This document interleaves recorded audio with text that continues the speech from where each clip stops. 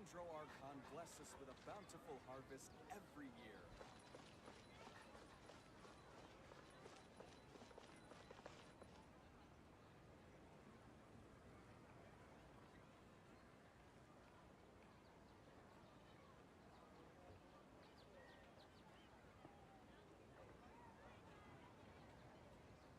A blade is like a tea leaf. Only those who sample it many times can appreciate its true qualities.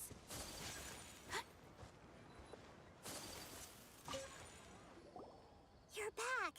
I've been waiting forever for you two. Judging by the looks on your faces, are you ready to take your Sumeru's exam and graduate from the festival? Okay, first off, have you discovered the hidden truth? Okay, Nahida said the Akasha We've already experienced the Sub-Zeru's festival. All the bizarre spaces I saw outside the city had one thing in common. Those spaces remind me of dreams, like the one I had in the Avidia Fort.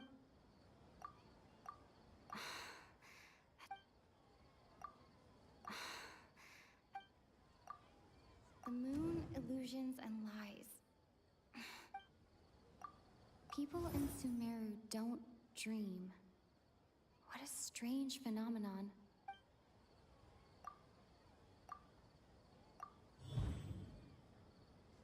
We are all in a dream.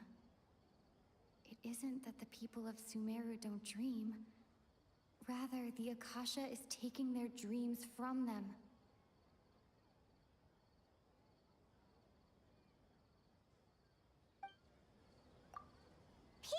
Sumeru think they don't dream, but the truth is the Akasha steals their dreams without them knowing it.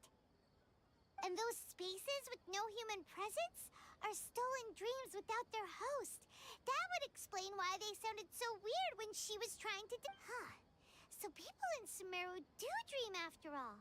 In fact, we're all in one big dream together right now. Correct answer. Now, how did you conclude that the Akasha is capable of this?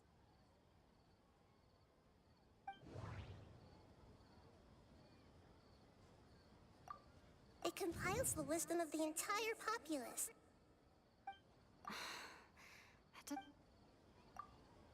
It is the manifestation of the God of Wisdom's power.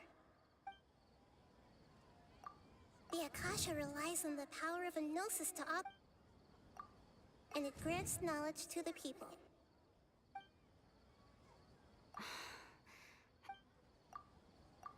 Oh, okay. Those dream-controlling creatures in the forest also get their power from the Dendro Archon, right? That would explain why the Akasha has the ability to control people's dreams, too.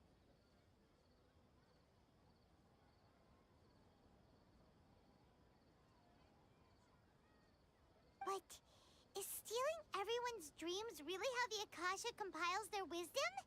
Isn't there anything more to it than that? Dreams are fantastical, complex, and full of imagination. People's brains are the most active when they're dreaming. In other words, dreams are rich bundles of human wisdom. So in other words, the complete opposite of how Hypatia understood it. Paimon remembers her saying that the sages think dreams are foolish delusions, and the fact that no one dreams is a blessing from Greater Lord Rukkhadevata. So it was all a dirty trick? The real story is that the sages from the academia are using the Akasha to steal people's dreams for their own use, huh? Oh? By the sounds of it, you understand the current situation pretty well. So then, what about the samsara?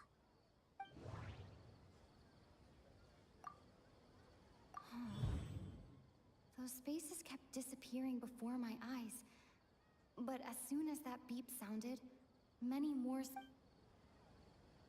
Those dreamscapes kept vanishing. But as soon as that beep sounded, more new spaces appeared.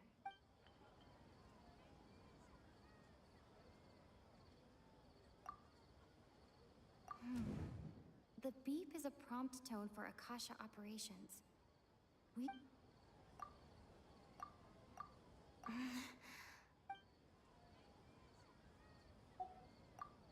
Grand Sage said, go celebrate the birth of that god to your heart's content.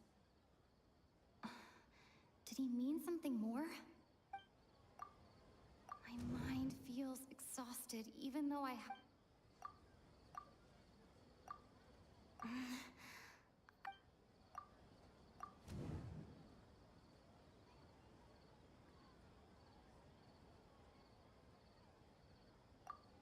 We've already experienced the Sub-Zeru's festival. Correct. The Akasha is keeping each person's brain in a constant dream state, but also separating their consciousness from their own dream. Their disembodied consciousness is placed inside the collective dream of the Sub-Zeru's festival along with everyone else's, while their now vacant dreams are harvested by the Akasha. No one is any the wiser as another day passes in the dream, and so begins another samsara cycle. People wake up to yet another dream about the Sub-Zeru's festival. The dreams that belong to them are once again harvested by the Akasha, and so it continues. So, this is like a dream factory, and the Akasha is a dream harvesting machine. Did Paimon get that analogy right? Very good, Paimon. Using analogies well is an excellent habit to get into. Okay, so that beep we keep hearing is actually from our real-life Akasha terminals. Taking off our terminals in this dream doesn't do anything. Alright, last question. Who am I?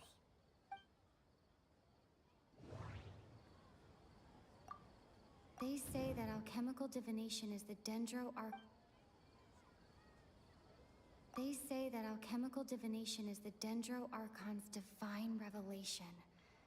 So that... So you noticed. I thought that one would be the hardest question. That's why I put it last. That wasn't hard at all. Even Paimon guessed that. Everything about you is different. We just didn't want to expose you is all. Now that you mention it, Nahida, you've been hinting to us since the very beginning. It's funny. Thinking back to when we were asking all over the place for info about Lesser Lord Kusanali, Paimon didn't expect to meet you like this. Yes, those can wait until we're back in real life. On the other hand, I'd be happy to answer any more questions you have about here and now.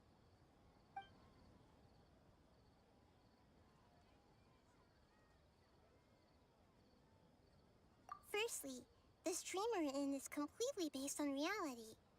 People have already experienced the Sub-Zeru's festival, so it would be very difficult for them to find anything that strikes them as surreal. Secondly, you're probably wondering why people don't have any memories from earlier samsara, right? That's because people don't remember their dreams most of the time anyway. And in any case, their actual dreams are being taken away from them by the Akasha. So whenever they wake up in this dream of the Sub-Zeru's festival, they don't remember anything from their previous identical dream. That reminds Paimon. Traveler had a dream when we were in the Avidia Forest, but couldn't see what it was about after waking up. Is that an example of what you mean? Yes. Only after receiving the blessing of Dendro can a person gain the Dendro element's dream-enhancing power. That explains the feelings of déjà vu.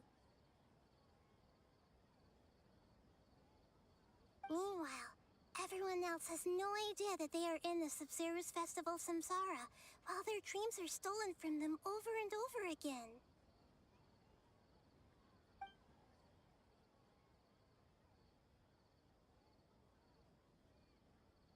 I know, right?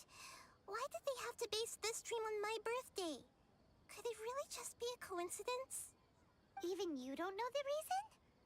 Wow, The Academia sages are determined to harvest lots of dreams in a short time, no matter the cost. They have to be up to no good. Unfortunately, I don't know anything about it. Traveler, do you have any information?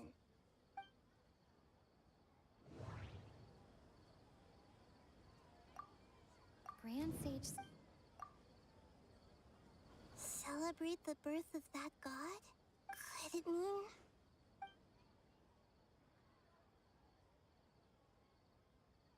You asked me this question before. My answer was, it would literally blow your minds. Now that you know this is all a dream, this answer should hopefully make more sense. Have you heard the saying, don't wake a sleepwalker? Likewise, if someone suddenly had told you all this instead of you learning it on your own, your notion of reality and dream would be thrown into irreversible confusion. I couldn't expose you to that kind of risk. That's why I could only give you very subtle hints and some suggestions. Long story short, I'm really sorry I had to keep you guessing.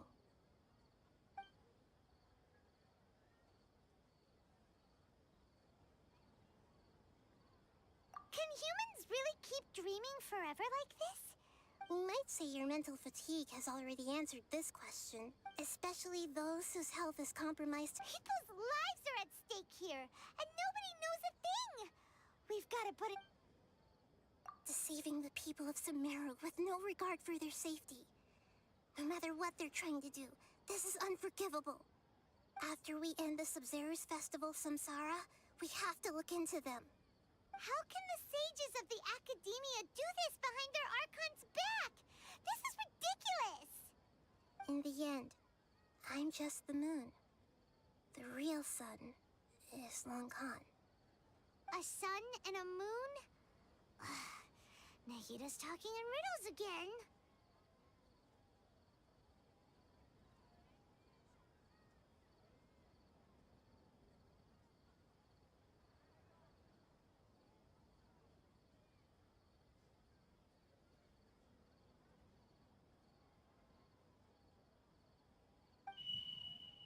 Oh, we're out of time today.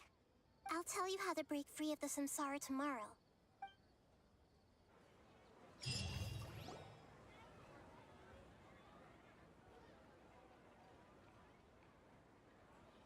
Good morning, Nahida.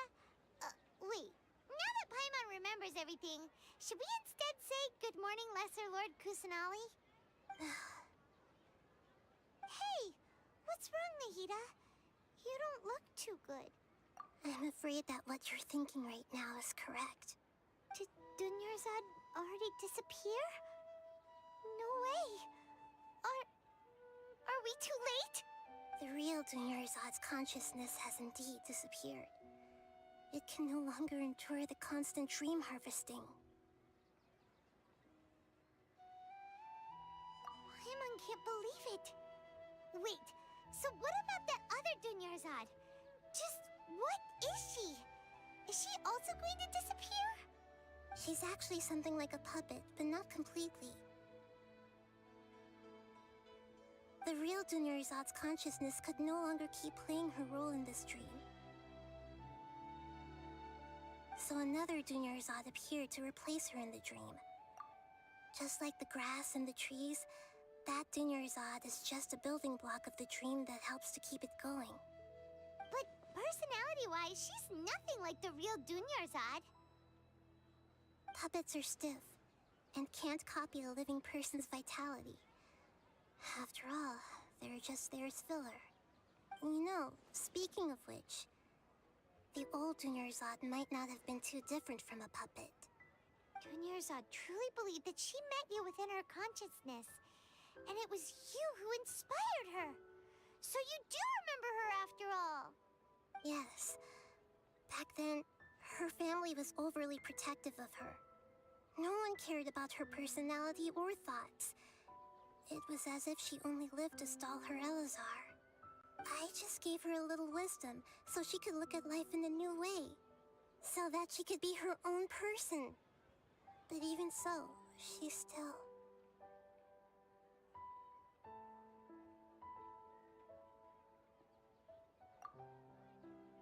Far from it. I'm still a long way off from being a real archon. I couldn't even save her. If I were a competent archon, I wouldn't have let my most faithful follower die at the Sumeru's festival with so many regrets. Please don't beat yourself up over it, Nahida. It's the sage's fault, and theirs alone.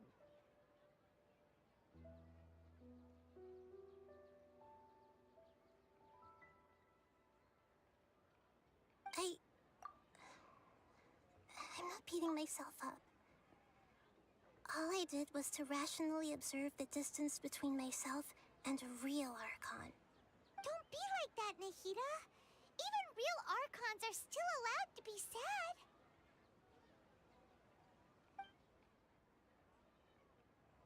To prevent more tragedies like this, we must end the samsara as soon as possible. Great, but how do we do that? Although the Sumeru's festival dream is under the Akasha's control, only humans can dream. Even the Akasha is unable to create them. That means this dream belongs to a host who created it. Huh? So, how should we find that person? Well, if this is someone's dream, then everything here must come from deep within their consciousness. Which means, with the power of imagination, they can change anything in this dream. Imagination? What do you mean by that? Imagination means breaking through what you perceive as normal. Like when a server at a tavern brings a plate to you, you'd naturally assume that food is on it. However, if you're the dream's host and you become aware that you're dreaming, when you imagine gold and more on the plate, the dream will respond in kind, and the server really will bring you gold and mora. But right now, our host is unaware that this is a dream. No matter how many times they're served, it will always be food. Find some way to make that person realize that they're dreaming. Usually, once that happens, the person will wake up and the dream samsara will be broken. How are we going to find them, though? If it could be anyone, it'd be like looking for a needle in a haystack. And even if we did find them, how are we supposed to make them realize they're dreaming? After all, like you said, don't wake a sleepwalker. It's extremely difficult, yes. But the only ones who can do it are you two. Remember, everything you've achieved up to this point has all been for the sake of finding the host and ending the samsara. As for me, during this time, I'll be out of town. Out of town? Are you going to that place full of dreams where the traveler went? Yes. I want to try something. There must still be a small wisp of possibility. Hurry and go. Dreams are supposed to be fantastical, romantic, and full of pleasant surprises. Unnecessary things like this samsara need to end. I'm still a little upset that we've come this far only for Dunyarzad to... She was such a good person, with such a simple wish. But yeah, saving Dunyarzad is what kept us going this whole time. But we mustn't lose hope, Traveler. Dunyarzad would definitely want to see us save everyone. Hyman's wondering, do you think the sages would get one of their own to be the host of this stream?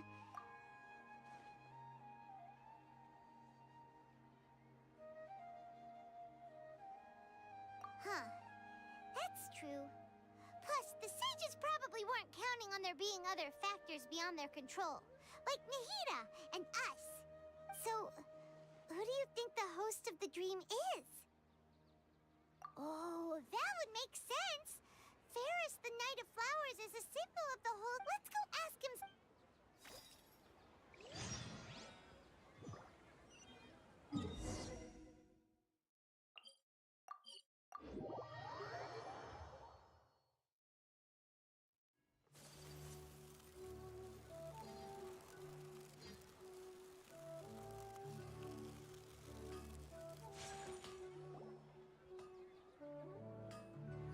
You're back. You left in a hurry last time. Is everything okay? Everything's fine, just... it's a little hard to explain. Would you mind taking part in a little experiment with us? An experiment? That came out of nowhere. I'm listening, though. What do you need me to do? Could you make a wish? You want me to make a wish? Is that a new Sub-Zero's festival tradition or something? Less questions, more wishing! Okay. Okay.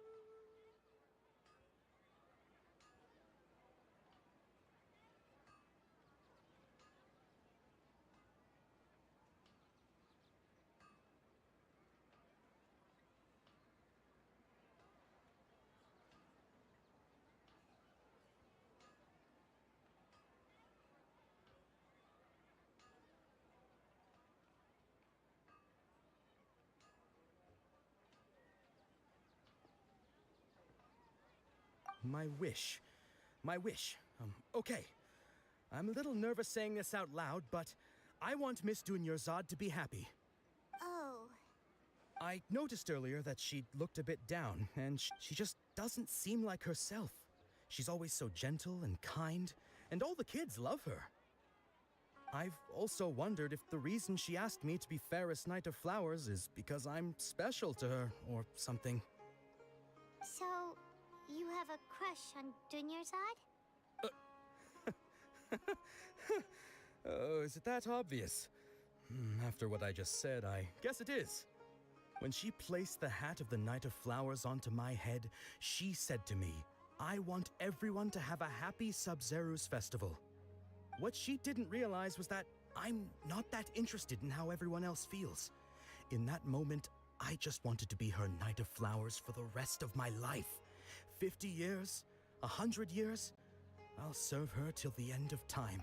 Okay, yeah, that was a bit much. Felt like the right moment to get it off my chest, but that was pretty embarrassing. Okay, I'm ready to make my wish. I would like Miss Dunyarzad to appear in front of me right now with a smile on her face. Here goes. Please come true. I'm gonna open my eyes. Oh, you're... What? Faki? Sorry, but only one portion of Yelda candies per person. Back home you go. Nice try, you two. Anyway, never mind. I don't need to see her appear right in front of me. As long as she's happy.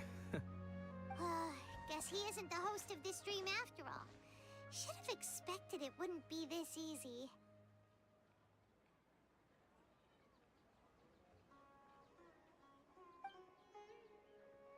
It seems like everyone who knows Dunyarzad loves her. But none of them has any idea that she... My lady, step back. That sounds like Dia!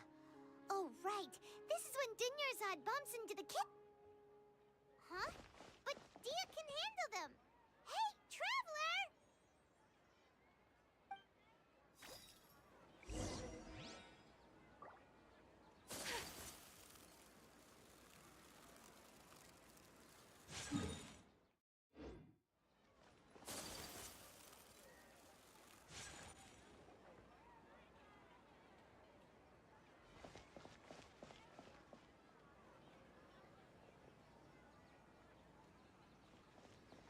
Oh, it's you. Great timing. Please take... Hey, this is my job. The homie Yannis pay me, not you. You... fine, all right. Knock yourself out. Why are you so worked up anyway? It's not like I... Anyway, watch yourself.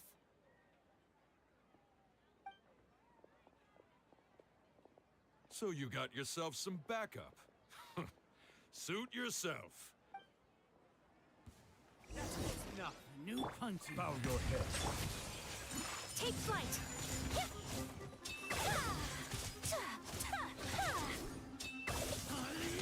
So rude! Need. That's close enough. Silence!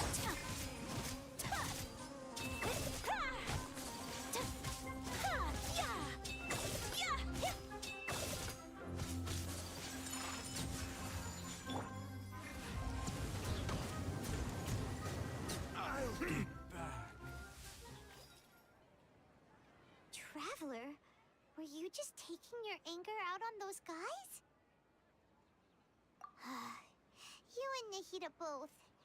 Dunyarzad wouldn't want to see you two like this. Oh, and speaking of her, Paimon just remembered something. Remember how during the first Sub-Zero's festival, before the Samsara started, we came here with Dunyarzad because she wanted to pick something up? She said it was because she had forgotten something. Okay, so Paimon's memory is working so far. Anyway, Paimon also remembers that she is staying somewhere around here. She pointed it out to us the night before the Sub-Zero's festival.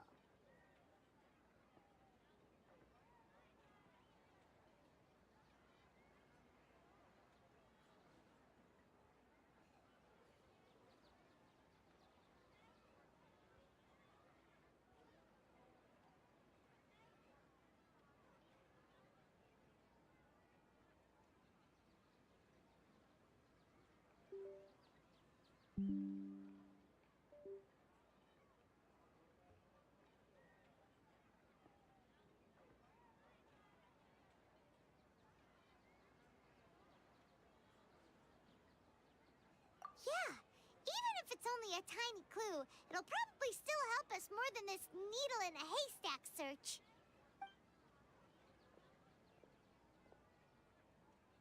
This is the place.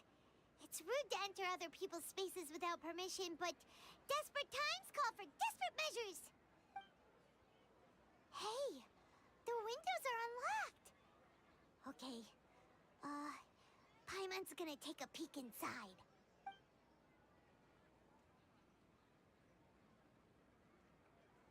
This was only a temporary residence, so there was pretty much nothing inside except this book on the table.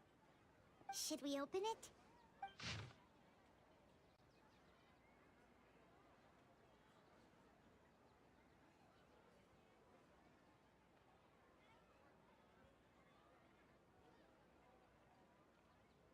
Wow.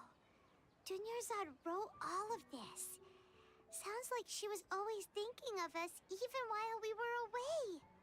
Even though she was also busy preparing for the Sub-Zero's festival and had all her health problems to worry about.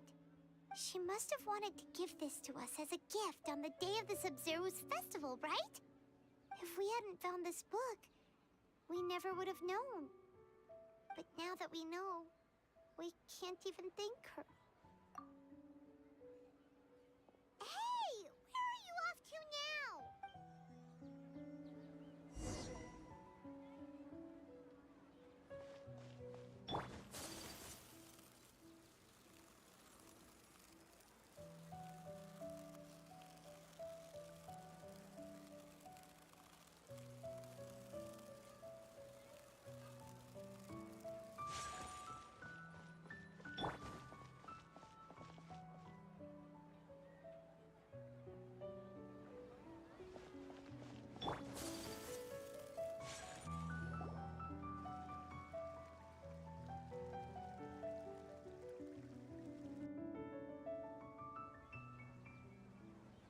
It's Dunyarzad's puppet.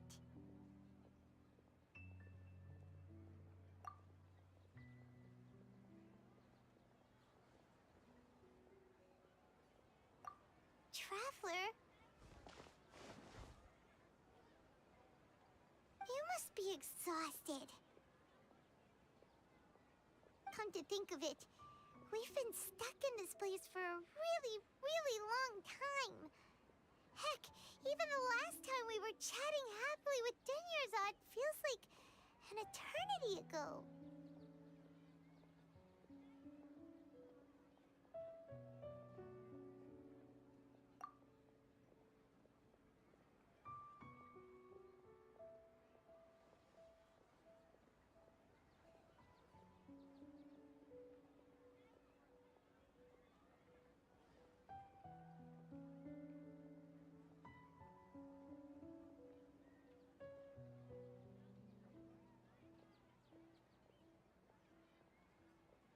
Paimon still remembers when we were sitting here, and the way her eyes sparkled when she talked about Milu's dance of Sub-Zerus. There will always be frustrations in life, but I know that the point of living is not to leave behind any regrets.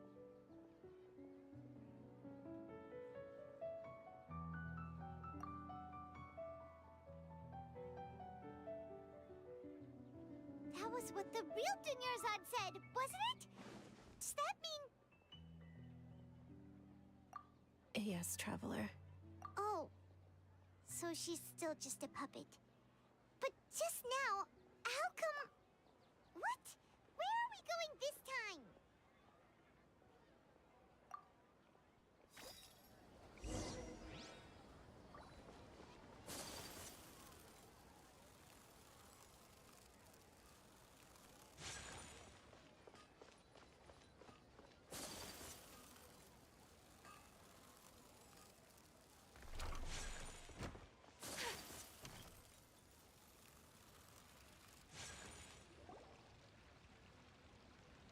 If you continue to resist, we will have to order an investigation into every single... The Grand Sage has already granted you much... How did things turn out like this?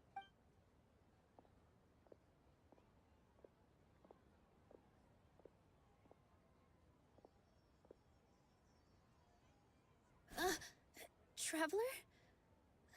You don't have to get involved. He's a sage from the Academia. Traveler.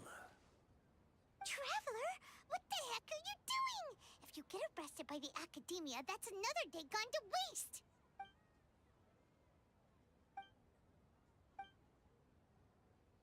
Wait, they're not reacting. Have they been scared stiff? Oh, of course! If this is the sage's plan, they wouldn't put themselves through this. So they're just substitutes. What is this? What happened to the Grand Sage and his entourage?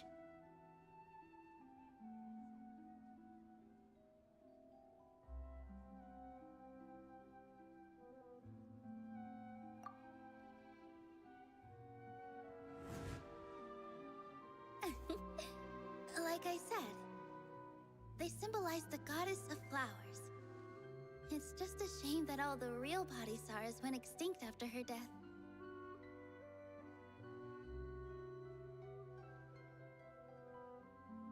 Yes, the Greater Lord brought forth new Padisaras in memory of the goddess of flowers, but she ultimately could never truly replicate that beautiful shade of purple.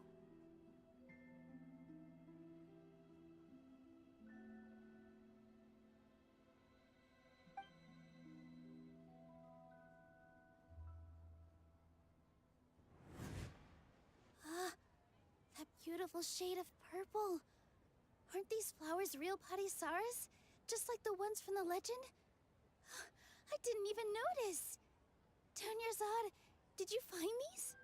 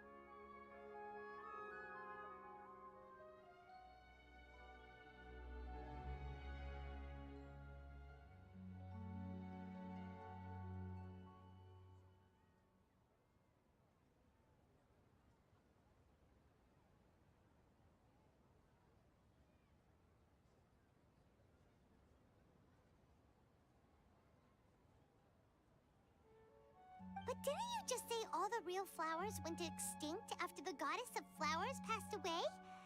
So, Al? Yeah. What's going on here? Huh?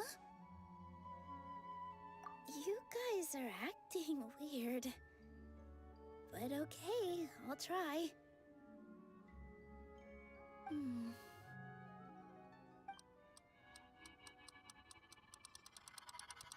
Hey! They disappeared! So Nilu's the host. What a surprise! Purple body Saras don't exist in the real world anymore. But in Nilu's subconscious, they can appear as decorations on the stage. It's just like the example Nahida told us.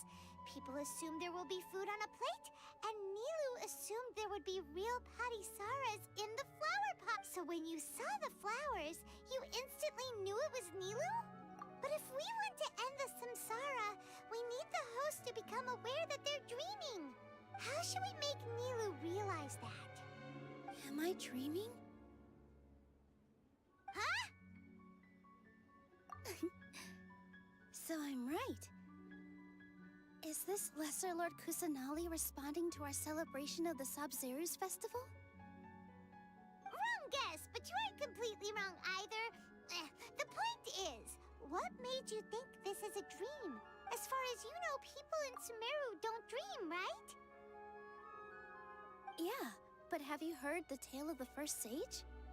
To prevent a calamity, he went on a journey to find the Dendro Archon. Ooh, sounds familiar. Dunyarzad told us a story like that when we first arrived in Sumeru City. Yep, but in the part you heard, he hadn't become the first sage yet. There's more to the story. His piety and wisdom were acknowledged by the Dendro Archon, and she finally gave her blessing to him. All kinds of spectacular scenes appeared in front of the first sage, as if all the knowledge in the world was being painted onto a canvas right before him. He was captivated. After who knows how long, he mastered all the knowledge he could comprehend. Afterward, he said to the Dendro Archon, "I miss my parents, my wife, and my children. I've been away from home for far too long." The Dendro Archon smiled.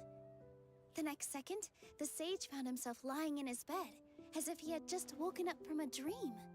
His wife, lying next to him, said, "You're off to search for the Dendro Archon today, aren't you? Have a safe journey, my love." In the end, the first sage took care of many disasters in Sumeru City and founded the Academia. So, the first sage was dreaming ever since the beginning of the story? He never went on his journey? Yes, but his faith and determination were conveyed to the Dendro Archon, so she blessed him in the form of a dream. Paimon understands where you're coming from now. That's a really interesting connection. But we really gotta wake up soon, like the sage in the story. I see. Well, it just so happens that today's Sabzeruz festival is almost over too.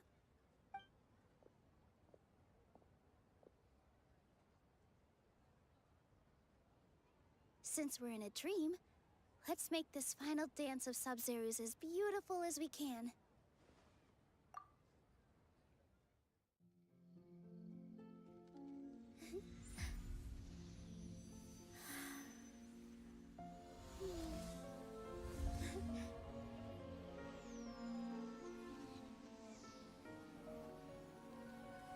The wait is over, everyone. I dedicate this to our god, the dance of Sabzeruz.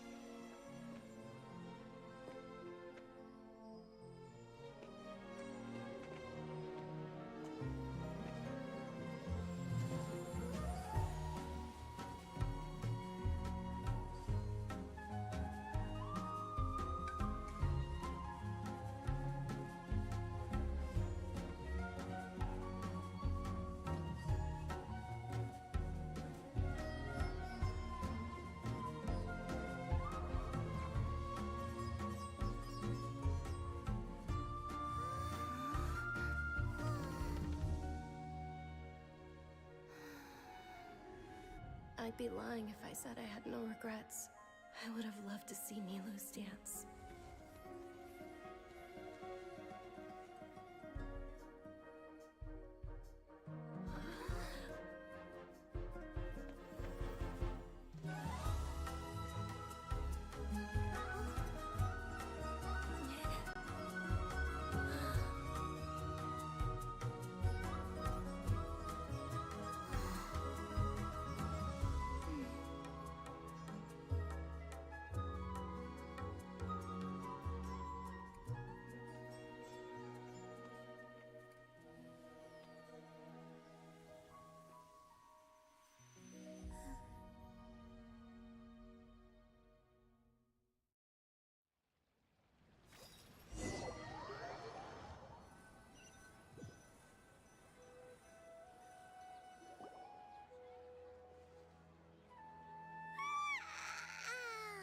Oh, good morning, traveler.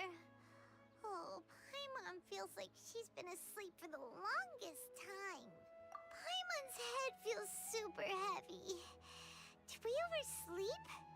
Do you even remember going to sleep last night? Paimon thinks it was after the Sumeru's festival. The Sumeru's festival! Have we finally escaped from the Sumeru samsara? Quick! Take off your Akasha terminal!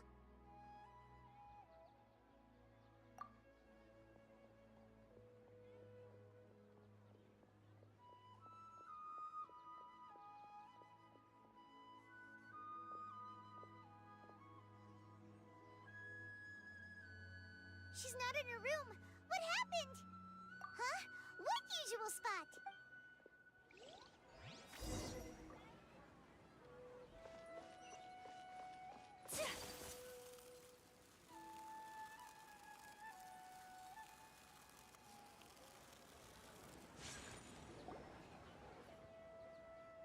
Well done, Traveler and Paimon. And thank you, Dunyarzad, for organizing the Sumeru's festival for me. I'm sorry, who are... Dunyarzad! You're okay!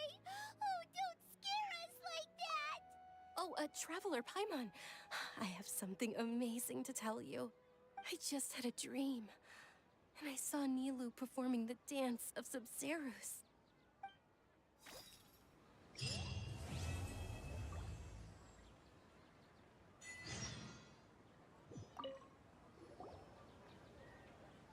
You're actually Nahida, aren't you? Paimon felt like Catherine was acting weird when we met at the Sumeru's festival. And Dunyarzad, did you save her? It's a really long story. We shouldn't disturb her. Her consciousness is still weakened. Let's chat somewhere else. How about by the Traveler's favorite bench?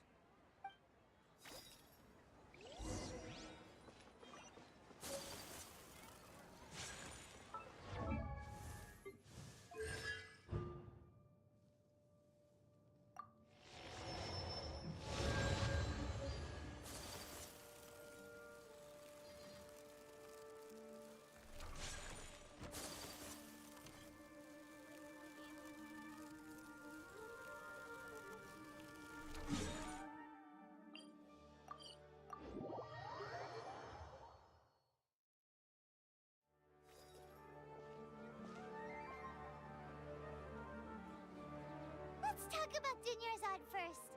It's such a relief that she's all right. After we parted on the last day of the Sumeru's festival, I left the city and saw what the Traveler had described. Among the countless dreams, I found one that was growing fainter and fainter. This proved my suspicion. Once Dunyarzad could no longer bear the Akasha harvesting her dreams, her consciousness began to dissipate. But this also meant it escaped the Akasha's control. Such a small fragment of consciousness can't last for very long, though. It will return to its original dream, where both will gradually fade until they completely disappear. I used all the power I had to keep her dying dream alive as long as possible. But it still wouldn't have lasted for much longer if it hadn't been for you two breaking the samsara. So it looks like we did manage to save Dunyarzad in the end. Not a moment. Huh? Why are you two you smiling so happily? I thought you'd be so moved that you'd start crying. I need to spend more time observing human emotions. Both are fine. All right. You two must have a lot of other questions for me, right? After all, you saved my faithful believer. As your reward, I will answer any and all questions. You mean how the Akasha stops you from having dreams? Yeah, it's been such a long time. It's not that no one noticed. It's more like misdirection? The sages convinced everyone to believe that being unable to dream is a sign of rationality and wisdom, even if the truth is that their dreams are being reaped by the Akasha. With their propaganda in place, the sages can maximize their use of the Akasha to facilitate their research. Besides, Greater Lord Rukkhadevata must have created the Akasha in the hopes that it could be used to its full potential. That's why I've never come out strongly against the... Anyway, the perspective by now, even those who never use Akasha terminals find it too shameful and embarrassing to talk about their dreams. Got it. I hope my answers were satisfactory. See, to be honest, maintaining Dunyarzad's fading dream took a lot of mental energy. I think I may need to rest for a while. Oh, and you don't need to worry too much about the sage's activities for now. The Akasha won't be able to conduct another project on the scale of the Sumeru Samsara. Go and get some sleep. Leave everything to us. What a relief.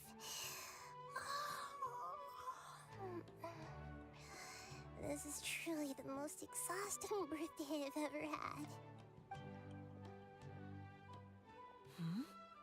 Traveler? Paimon? Why am I here? Do either of you know? Maybe you were sleepwalking. You know you can't wake up a sleepwalker.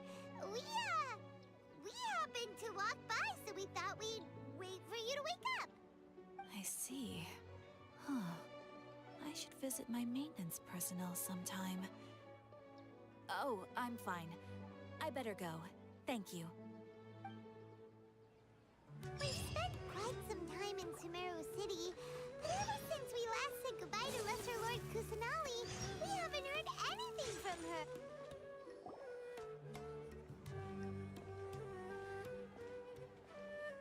And Astra Avisask. We meet again, you two. Hi, Catherine. Do you have any commissions for us today? Commissions, huh? Let me think. Oh, how about this?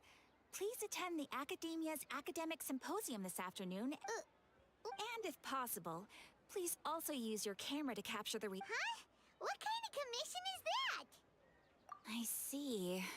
It appears that you're not interested in this commission. In that case, please go to Port Ormos and convince the Eremites there to spend... Hey, that's not any better. I'm sure the mercenaries... Paimon's got... Oh, the commissioner? Well, actually, I just wanted to see the two of you in action. Was it so obvious? I was hoping you would actually take one of those commissions. That kind of chance to observe humans doesn't come by often. Ah, so it's Nahida. Paimon just knew Catherine wouldn't crack those kinds of jokes. When did you get into her head? From when she said, Ad Astra Abisask. So it's been you this whole time? Are you done resting up, Nahida? Yes.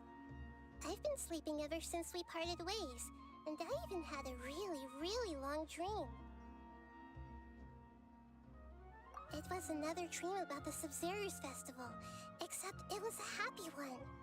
In my dream, I was sitting in the middle of a flower terrace, and everyone in Sumeru City was holding hands as they danced in circles around me. They danced round and round, and everyone looked really happy. I also got to sit on a gigantic flower carriage. Ferris, the Knight of Flowers, raised me really, really high above the ground, and I was throwing an endless amount of Yalda candies at the children. You know, Nahida, maybe your dream is how the Sub-Zerus festival really should be. It's meant to be a joyous time where everyone gets together to celebrate your birthday. Huh? Wasn't I describing a really happy dream?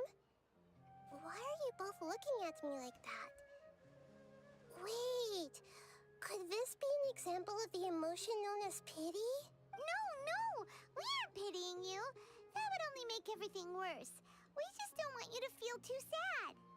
By the way, have you had a chance to visit Dunyarzad? How's she doing? The Homiyanis haven't allowed any visitors after the festival, so we haven't been able to check on her. Yes, I paid her a visit right after I woke up. She was resting at the time. Her condition is stabilized.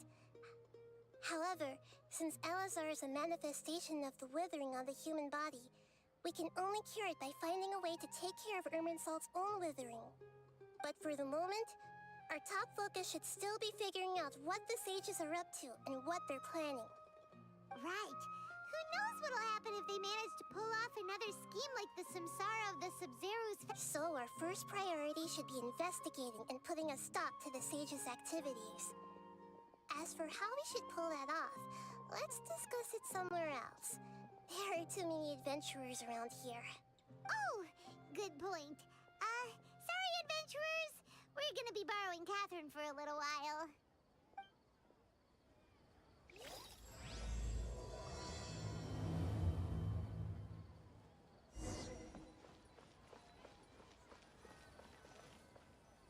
Let's continue our chat here. Okay, so do you have any ideas on how we can investigate? Actually, I've already done a little bit of work on that. But for now, I want to hear your thoughts.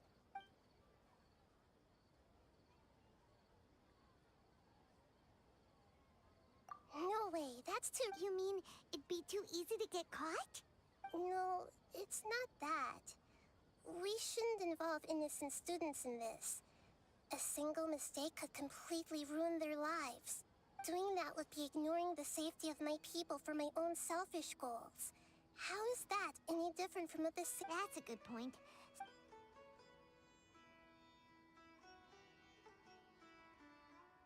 I've already tried that. But all the key members of the Academia, even the core of 30 guards, intentionally avoid wearing their Akasha terminals. It seems that from the very beginning, they've been guarding against info leaks from the Akasha. Of course, it could also be because they're wary of me. Have you already caught the sage's attention? I'm guessing not yet. But distrusting me would make perfect sense if they've ever paid attention to the urban legends about me. In any case, I probably... We're in the dark as of now. Since we still don't know anything about their goals, any rash move could tip them off and lead to terrible consequences. After all, every person in Sumeru City is one of their hostages. Are we really out of ideas? Nahida, you're super smart, so you already have something in mind, right? According to a popular theory from the Vahumana Darshan of the Academia, rejecting impractical motions at the beginning of a planning session will give more weight to the actual proposal. Okay, but aren't you the god of wisdom? You don't have to use that kind of gimmick to make us take your ideas seriously.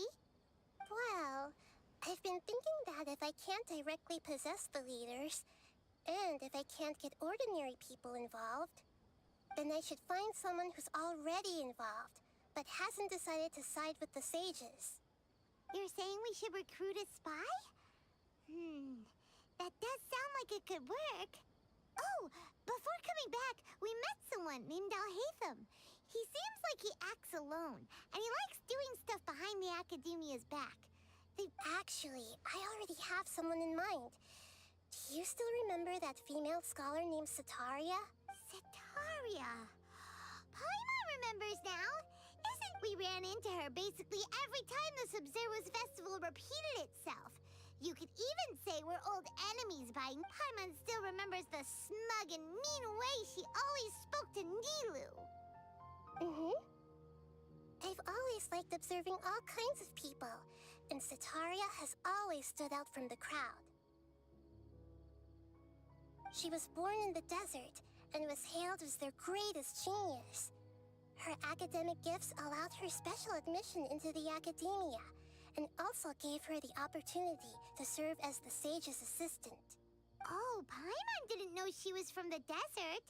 She must be pretty special then. Paimon feels like most of the desert dwellers around the city are working as mercenaries. The name Sitaria means star. When she lived in the desert, she shone like the brightest star in the night sky. Later on, she was chosen by the sun. The star was given a place in the daytime sky soon after. The star witnessed the star began to waver. Instead of staying beside such a sun, wouldn't it be? But in the end, she couldn't give up the radiance of daytime. To cope with her shame, the star buried her guilt and closed her eyes.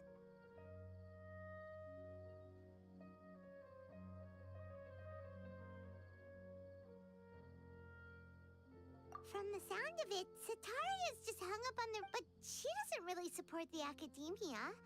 She still feels guilty about not doing more for— Indeed. When they are presented with complex moral issues, many people will simply plug their ear. She's suppressing a lot of guilt. But before she realized it, she had already become the sage's accomplice. Right. We must somehow make her face her problems again. That way, not only can we get useful intel from her, but she can also use— From my past observations, Sitaria will take a day off from the academia every 10 days to do some shopping in the city. Tomorrow afternoon just happens to be a shopping day for her. That'll be our— To prepare, let's go check out some of her favorite spots, and to have a quick—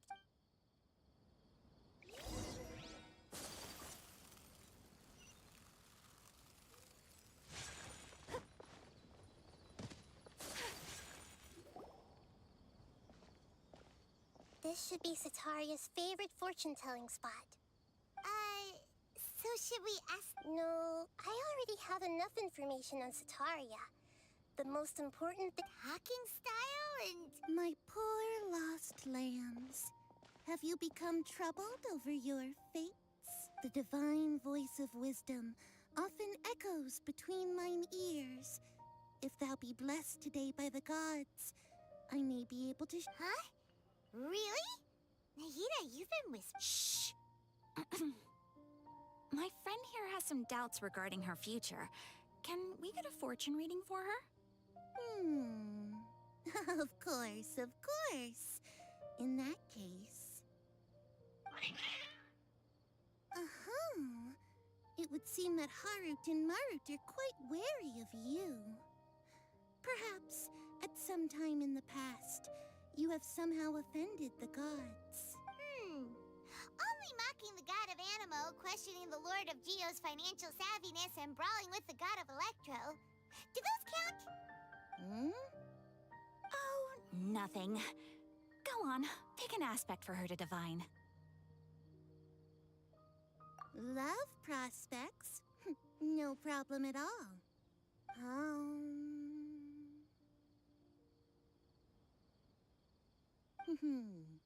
The gods have spoken. The one who is fated to cross your path will appear on... Huh? So many people will fall for you. How could that be? Harut, Marut, did you two spoil my divination? I've never read a fortune so absurd. Actually, Paimon thinks this is probably the most accurate fortune-telling you've ever done. I admit that the orientation of today's celestial matrix is, suboptimal. As such, there will be no charge. Is that so? Well, that can't be helped. If you were to bring some food offerings for Harut and Marut on your next visit, perhaps they could help you reverse the wheels of fate.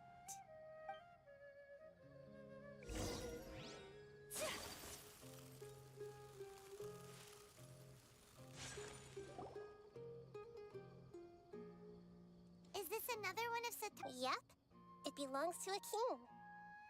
When I start talking with him, listen carefully to the detail. Ah, dear customers. Would you like to look at some pottery? We caught wind of your great craftsmanship, so we specifically came to take a look. Oh, I recognize you. Aren't you Miss Catherine from the Adventurers Guild? Sounds like I'm in for some big business. Speaking of, where did you learn this trade? I suppose you could say it all started with my dad. He's a mason by trade, but I picked up After that, I began making pottery by myself in secret. And I simply changed trades when my works turned out well. That's nice. You're making a living doing something you love. So is your father still working as a mason? Oh no, not anymore. A few years back, he fell from a roof and broke his leg. Since he had already saved enough mora over all these years, he's just enjoying the retired life in Port Ormos nowadays. I see. We wish him peace and happiness in his retirement. I'll have someone in charge of logistics at the guild come by another day for some goods. We'll leave you to it. Take care now. No problem. Rest easy, all our goods are sure.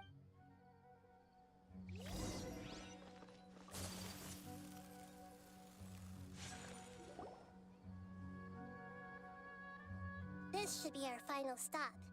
Sitaria's always thinking of this restaurant when she's working at the academia. Nahida, you've really thought of everything. It's my duty to protect Sumeru's citizens, after all. Hi there. I feel like I've seen you down by the docks before. Huh? Sorry, I don't quite remember. If I recall, you were having a discussion with someone about shipbuilding at the Ah, that's right! After all, I grew up in Liyue Harbor and spent my entire childhood staring at the ships going in and out of the port. But I'm still discussing all kinds of problems with different scholars. And I'm continuing to study and perform research from the... What an admirable spirit for learning. Amazing. So this restaurant has a basement as well? Huh. First I've heard of it. That's right. It's not usually open to patrons. Most of the time, employees use it for breaks or... I see. Yes, that makes sense. Well, good luck with your studies, Miss Chishan. Thank you so much. As long as...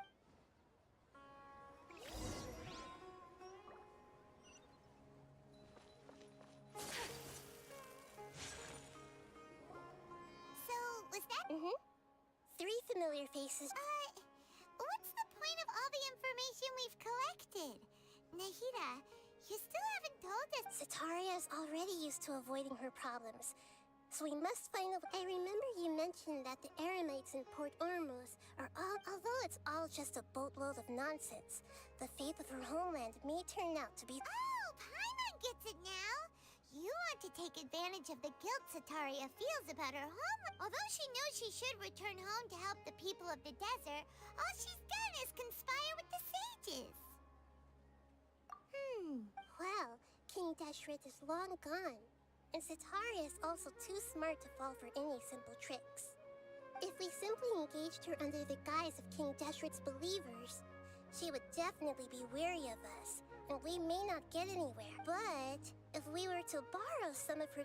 So, you mean you're going to possess those people? Yep. Possess them through the Akasha. Imply they've already converted to the faith of King Deshret, and then convey our made-up will of King Deshret. As long as everything goes smoothly, we'll get through to Sitaria for sure. She'll never guess that we... So that's how you're going to use all the info we collected on these people. It's so that you won't slip up and break... Exactly. So, best of luck with impersonating them. Huh? Best of luck? That's no problem at all. I'll just share all their senses with you once I've possessed them. As long as you're also wearing an Akasha terminal, the effect will basically be as if you've possessed them yourself. Huh. That is pretty convenient. But what does she have to do? Although I've been observing humans for a while, I've never been good at imitating them. You're not wrong. It's always been painfully obvious whenever you try to pass as Catherine. If it was at all possible, I would have preferred to leave these people alone. But seeing how things are now, I probably should just accept it and push on. Yeah, don't beat yourself up over it. We're only doing... All right, then let's give it a go.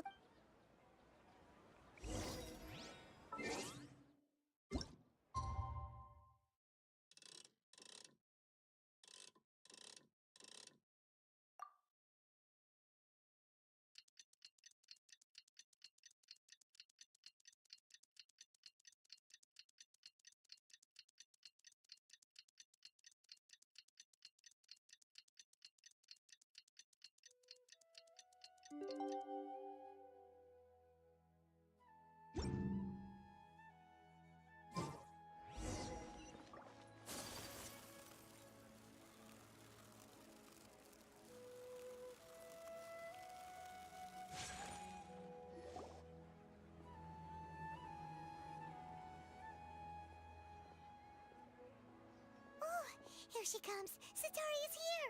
Let's quietly follow her. Once she starts talking to her acquaintances, we'll find a safe spot to begin possessing them. As for how we'll sway her to our side, I'll leave that to you. I trust you'll know what to say. Paimon's starting to feel kind of nervous. Looks like they've already started talking. Let's find a hiding spot and get started.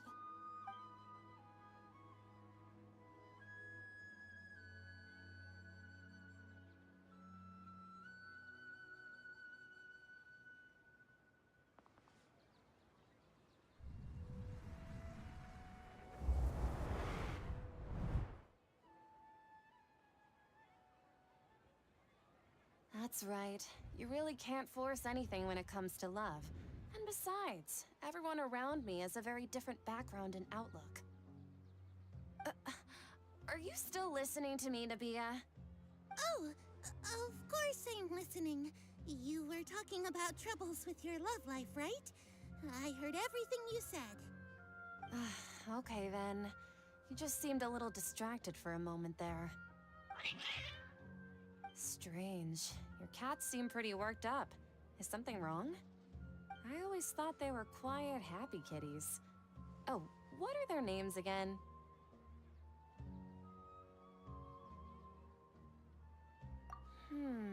Are you sure? Well, actually they have many names. Which names I use depends on my mood. Huh, I see. I imagine that must be hard for the kitties, too. So, which fortune do you want me to read for you today? You must have come for another echo of the divine voice of... I'd like to get another reading on my love prospects, but to be perfectly honest with you, I feel like I've been a real mess recently. A mess? Well, could you do a reading on how long it'll take me to finish my current project at work? I really just want to get it over with. I hear you. No problem at all. The gods will reveal the truth.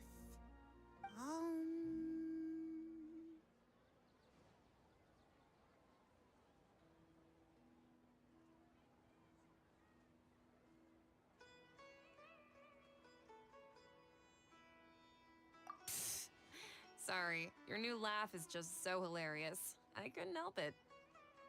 Oh, please pay no mind to those the gods are asking.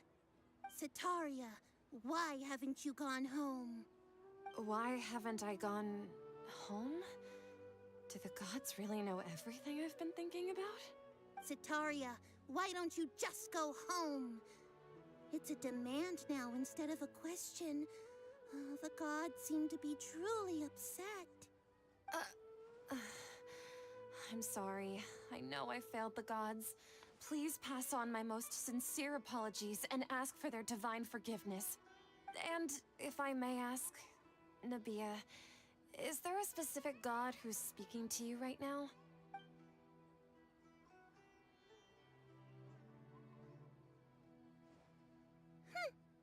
What an inconsiderate and naive question. The god who is speaking to me is, of course, the wisest and mightiest of all, King Deshret. King Deshret? No wonder he would make such a demand of me. Wait a second. King Deshret passed away a long time ago. Even though news of King Deshret's resurrection has been spreading like wildfire, It's all just a misinformation campaign from the Academia. How can King Deshret still exist in real life? What insolence! I am King Deshret's most loyal believer. Do you wish to refute his voice of wisdom? Oh, no. As a child of the desert, I am only reveling in his power upon learning that his divine glory has touched even this city.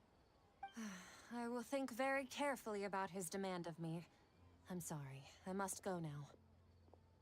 Wait!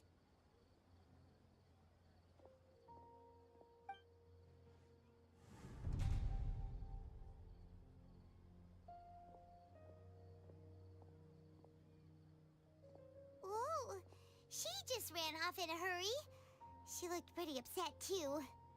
Well done. Sataria didn't seem to suspect anything amiss. To have something she's been trying desperately to avoid show up out of nowhere and berate her, that must have shaken her to the core. Aw, Nahida, it seems like you understand human emotions really well after all. All I know are some abstract Harabatot theories. And in any case, my time with you has shown a lot of them to be utterly useless. Anyway, enough of that.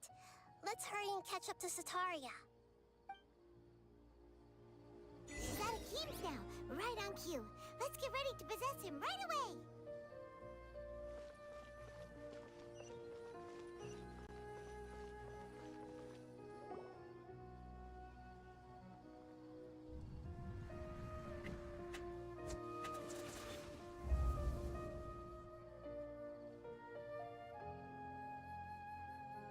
It's okay. I just got caught up in something. Oh, actually, didn't you ask me to help you look for work? What kind of work were you looking for again?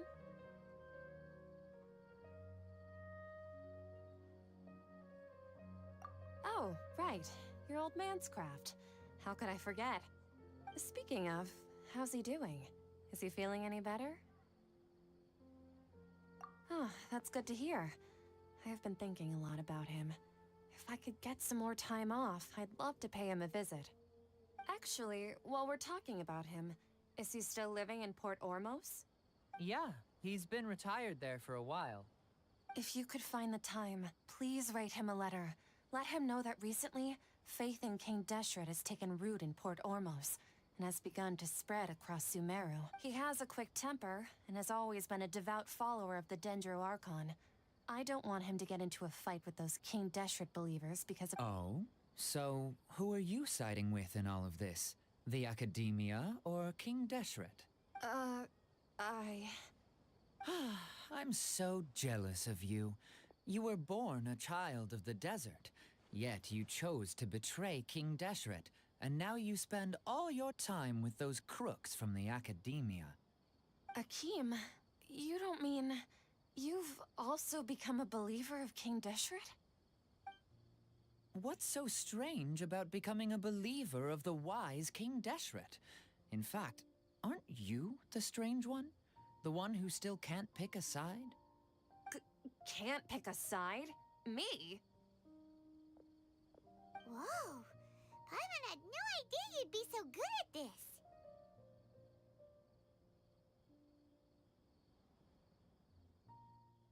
You really zeroed in on the issue and put it right in front of her.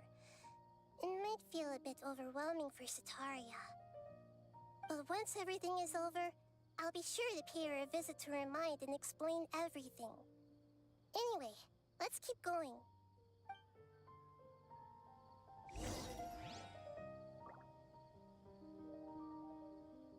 Come on! Sataria's already started talking with Shishan!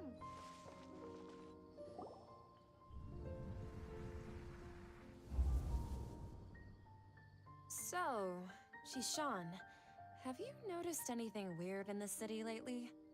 Like, as if someone was trying to preach to you about something? Oh, right.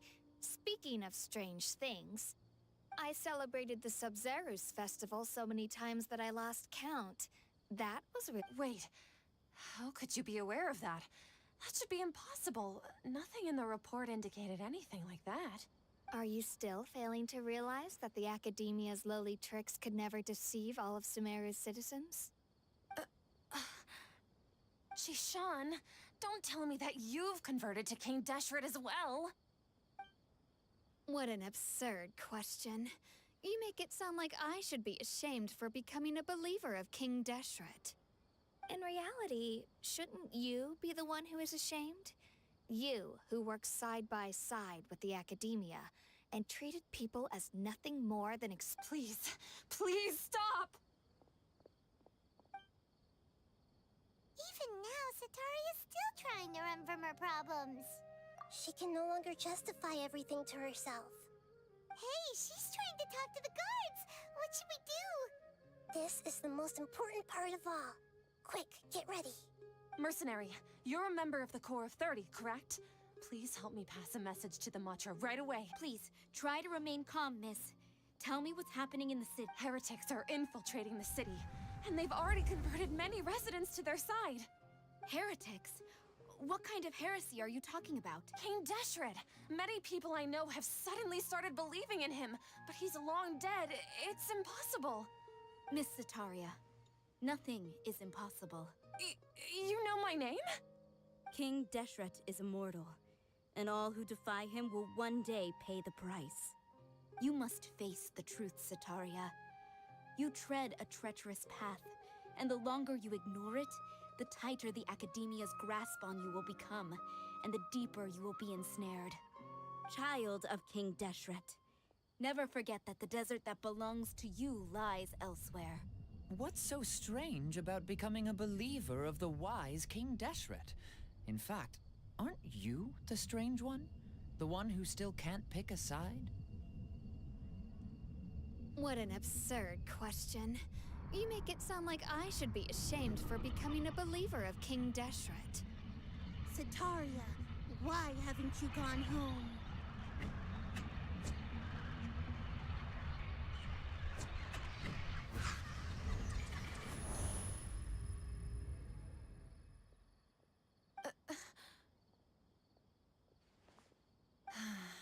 It seems that no matter where I run, I only keep... I've also been running from my guilt this whole time. Guilt over my part in the Sage's plans. But no matter how much I may try to ignore or get rid of it, my guilt always comes back. You won't necessarily lose your research opportunities by facing the truth. Besides, did you really want to conduct your research while carrying such heavy feelings? How do you know me so well? Are you truly just a believer of King Deshret? Or are you the god himself? That's not important. The important thing is to pass judgment on the Academia and its sages, and to correct their mistakes. If you could provide some assistance in this matter, perhaps it could serve as a form of atonement. I've actually never believed in the gods, but I've always believed in serendipity. Your appearance must be a fated opportunity for me to... Please tell me, what can I do for you? How much do you know about the Sage's current activities? I was just one of the designers for the massed dream harvest scheme, which is what happened around the Sumeru's festival. But I know very little about the full scope of the overall project. I'd assume that only staff with the highest clearance would have access to those confidential documents. I've just been working to meet the Grand Sage's specified requirements. However, there's something that's been really bothering me. I heard that a scholar who was previously expelled has returned to the city, and even the sages are still quite wary of him. To fight against the Academia, we will need to figure out the nature and the purpose of their work.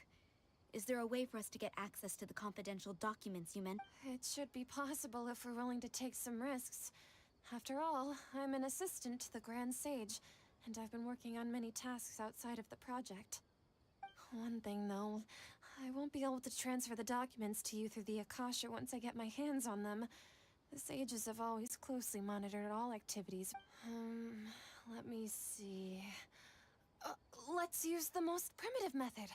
Send some... The Academia entrance. Wouldn't that be too conspicuous? Don't worry about that. I assure you, this won't be a trap. I'm only suggesting this location because it'll draw more scrutiny for me to leave the Academia again. It'll be safest for me to distract the guards long enough to hand you the documents. All right, I trust you. So, if I were to successfully complete this task, Would it mean I've atoned for my wrongdoings? That'll depend on the judgment of the Dendro Archon. The Dendro Archon. That's right. Her people are the ones we have endangered. As the god of wisdom, she's also the one responsible for judging and guiding the scholars. Maybe it's time for me to find a god to believe in. Just as Nahida predicted, we've managed to bring Sataria to our side! The Traveler's execution was ingenious. Well, now that we've made plans to meet again tomorrow evening... Pray? But if we're going to pray to the gods, aren't we just praying to you? God of wisdom? No. The truth is the true guardian of scholars. I've always believed that.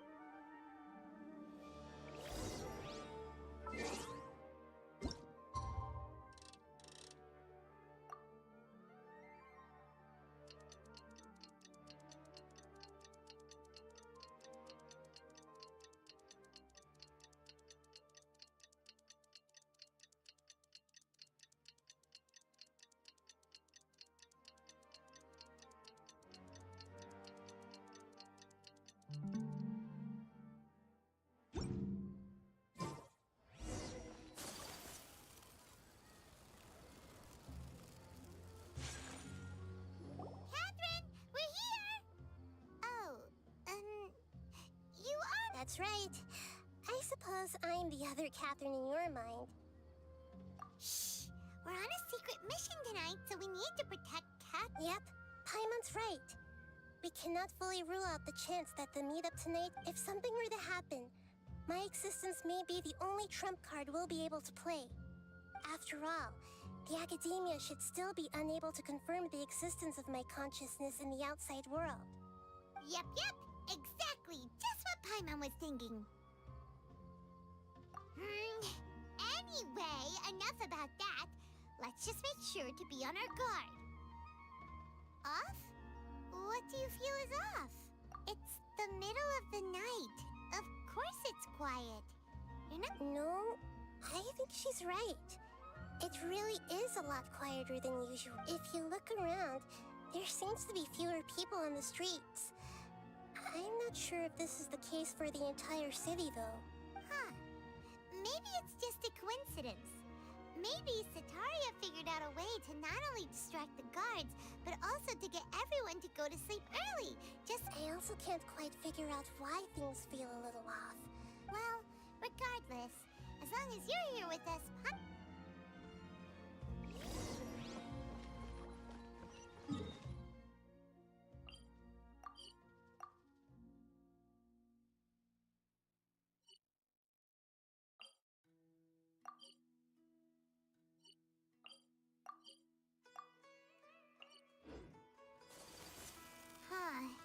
There really aren't many people out right now. Let's hope it'll be this quiet in front of the Academia, and that Sataria managed to distract all the guards.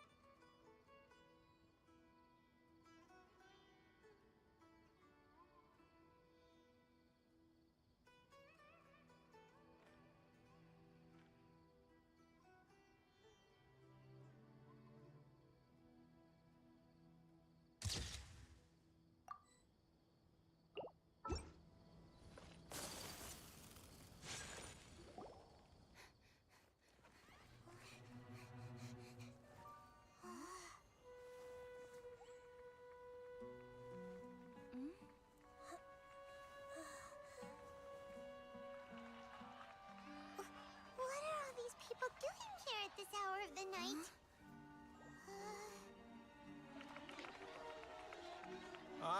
The triumphant hero returns at last. And to a rather spectacular welcome, even if I do say so myself. You're the outcast, expelled from the Academia. Indeed I am. Although these days they tend to call me the Doctor.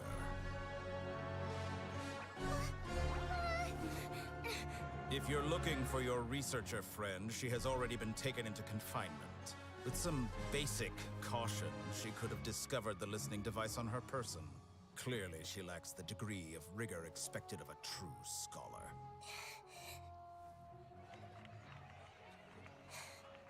The people of Sumeru City. What have you done to them? I simply made some minor adjustments to their Akasha terminals. Now they can deposit information directly into the subconscious. As you can see, all these lovely people now believe this traveler is a hero who has just saved the world. My experiment is a success. And now it seems they can no longer hold back their sheer adoration. No, what should we do? These are all just regular people. Leave now. You need to get out of here. But that guy's a Fatui Harbinger. We can't just leave you here. Nor can I abandon the people of Sumeru.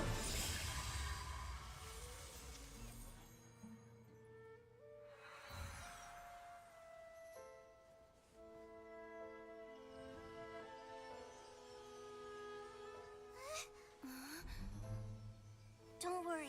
We'll meet again outside of the city.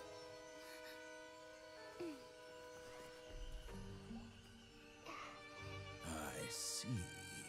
You appear to have overridden their mental faculties with your own consciousness. To possess such a powerful mind, you must be the god of wisdom.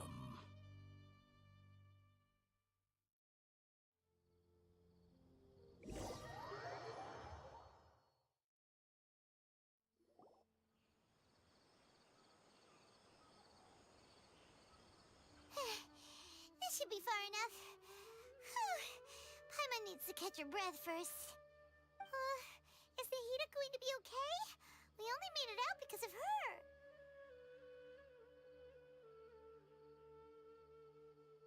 Paimon wasn't counting on running into a new Harbinger here, let alone such a high-ranking one. That guy was number 2. So scary.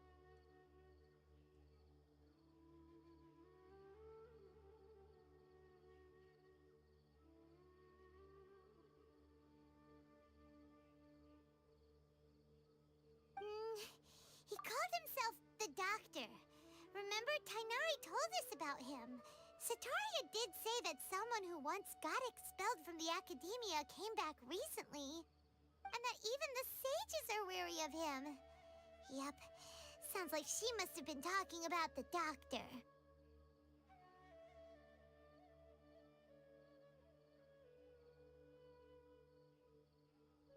Yeah. Now that the Doctor's in the picture, we're no longer just dealing with the Academia. They're in cahoots with the Fatui. But what are the Fatui after this time? Another Gnosis?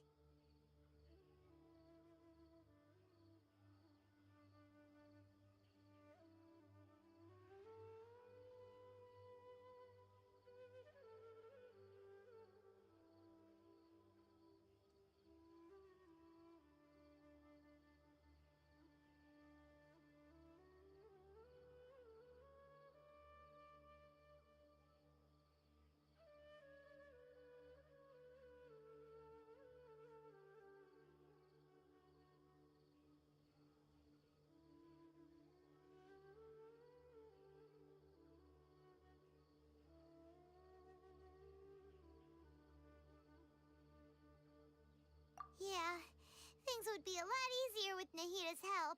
Nahida said we'll meet again outside of the city. But we can't... you mean... Oh, right! Wasn't he invited by the... Even though he turned it down at the time. There's no time to lose.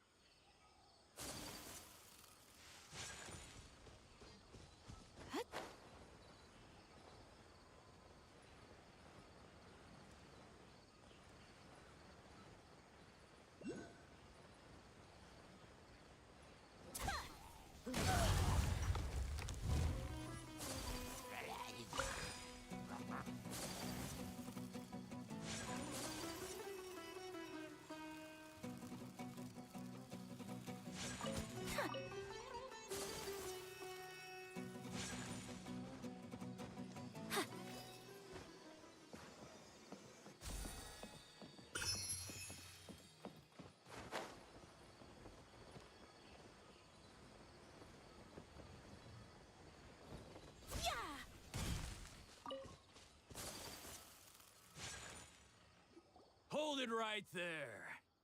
A blonde-haired traveler and a floating fairy. We've got you, all right.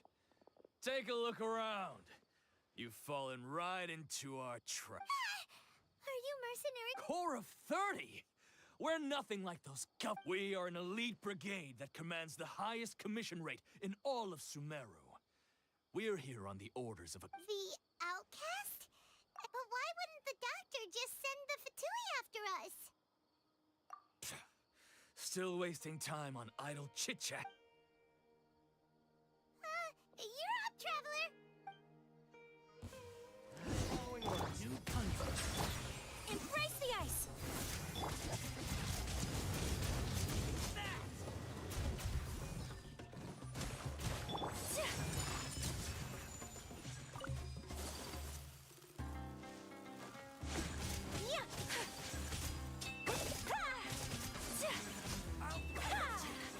New punching bag.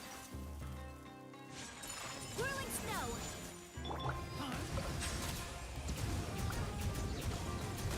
Need more.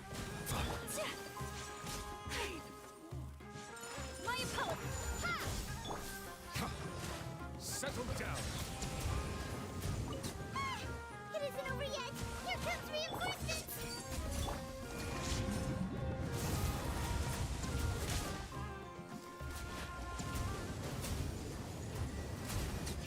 Bow your head.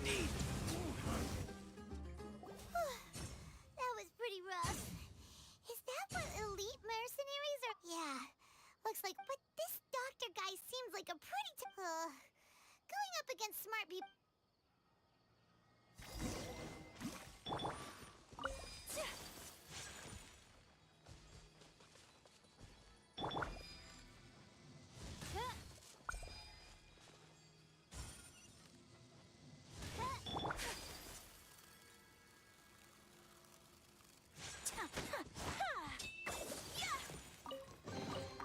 Collecting rare and exquisite treasures. Yes, this seems suitably sophisticated.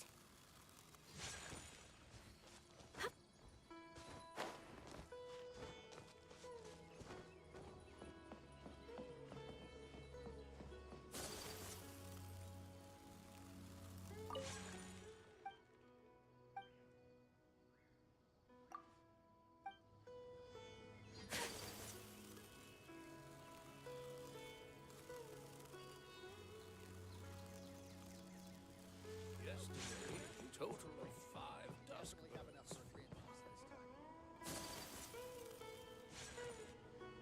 Oh, it's the traveler Kale!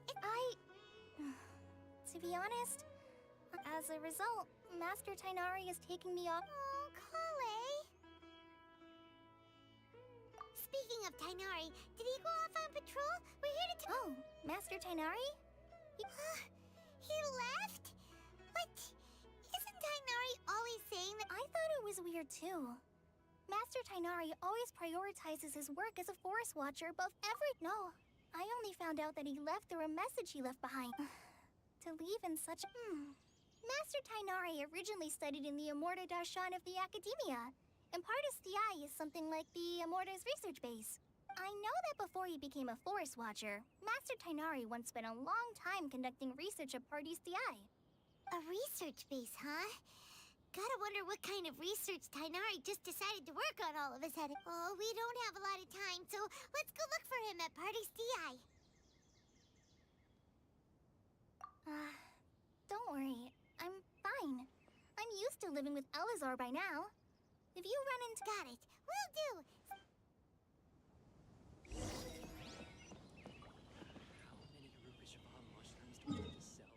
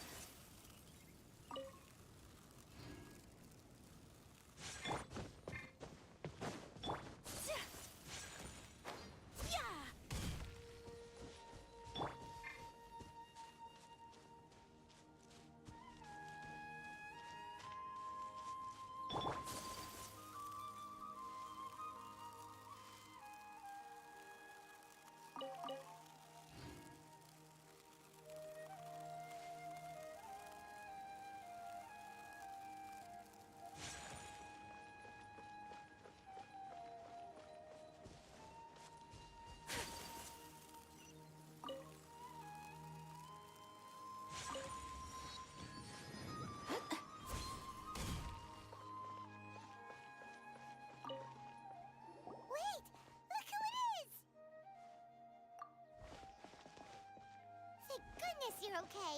We were so worried about you. Hey, this was supposed to be a touching reunion. Actually, it's very smart of the Traveler to be wary of me right now. After all, the Doctor has plus. It's not like you could have known what happened after we split up and I was facing the Doctor by myself. Even a pool of stagnant water after a torrential storm. Paimon feels like only the real Nahida could come up with such an Huh? But I wasn't trying to win your trust or... Well, we understand that point now.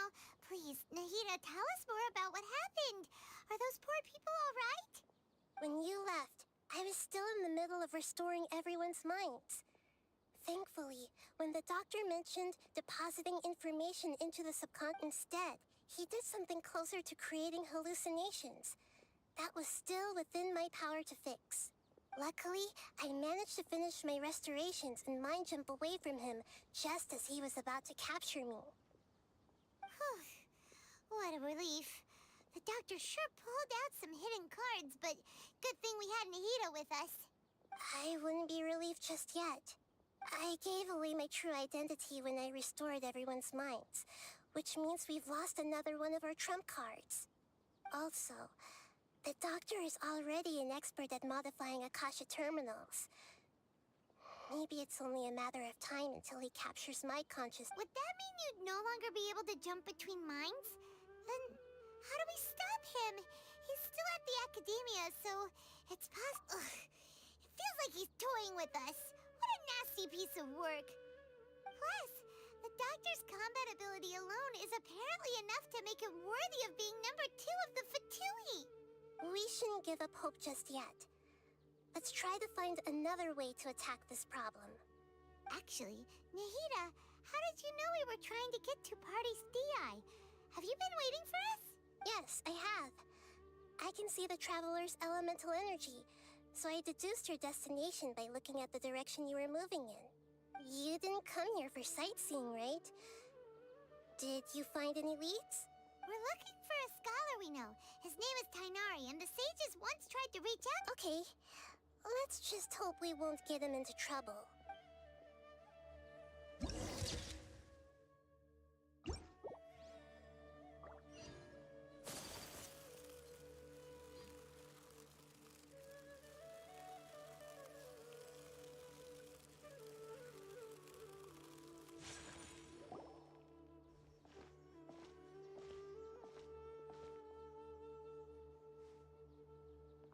Traveler?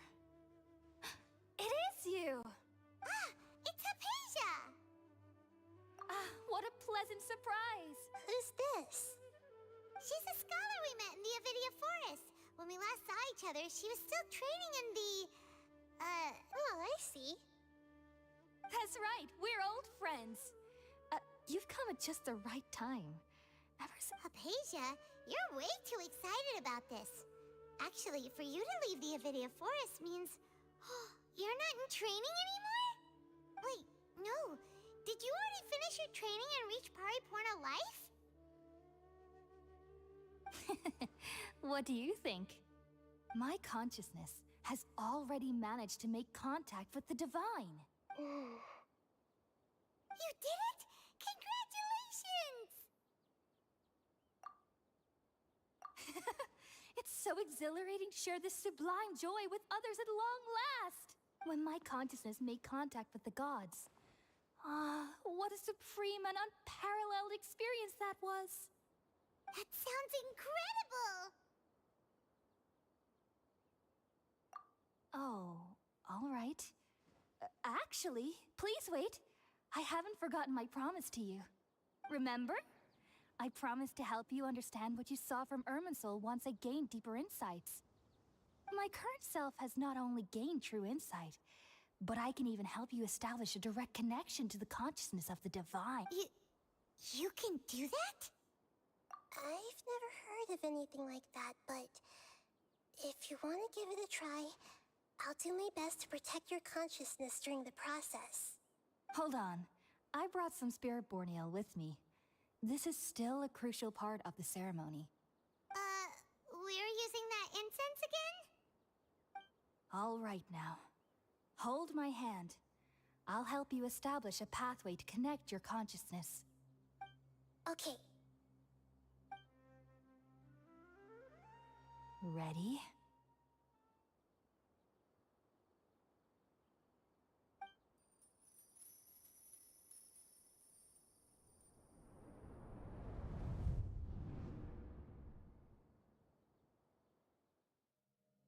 It took 3 betrayals for me to finally understand.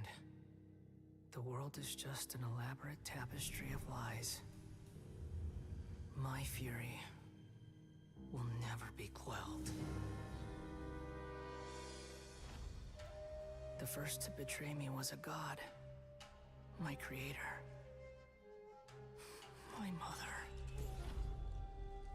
Valuing strength above all, she saw no worth in me and I was discarded. The second was a human. My family. My friend. Consumed by fear, he saw me as an abomination. The third was one exactly like me. A hope for the future. A fledgling barely out of the nest.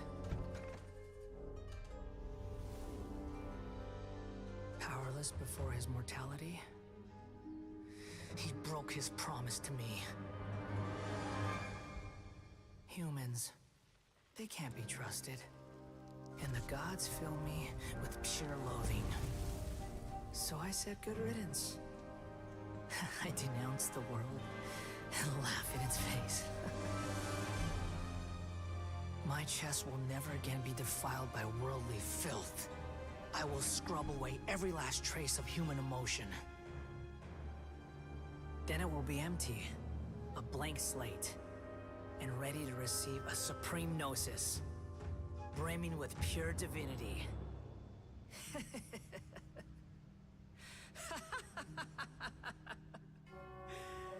There is no need to fear. The pain will be brief. Your era is coming to an end.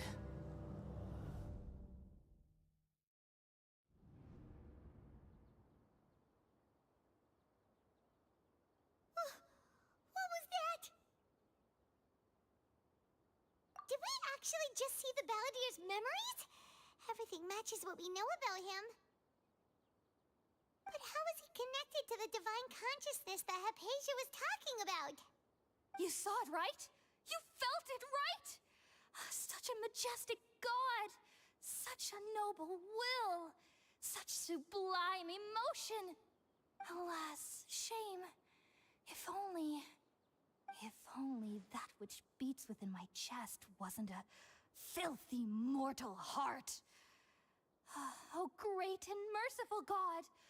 Please grant me forgiveness and salvation! Do you understand now? I'm afraid this is no Puripurna life, but rather... Ah! You! Why are you so mean to me? Why is everyone hiding from me? I found divine wisdom. Shouldn't I receive praise and honor? Haven't I uncovered that... Hypatia? That's how I always thought everything should be. Wait, have I already lost my mind?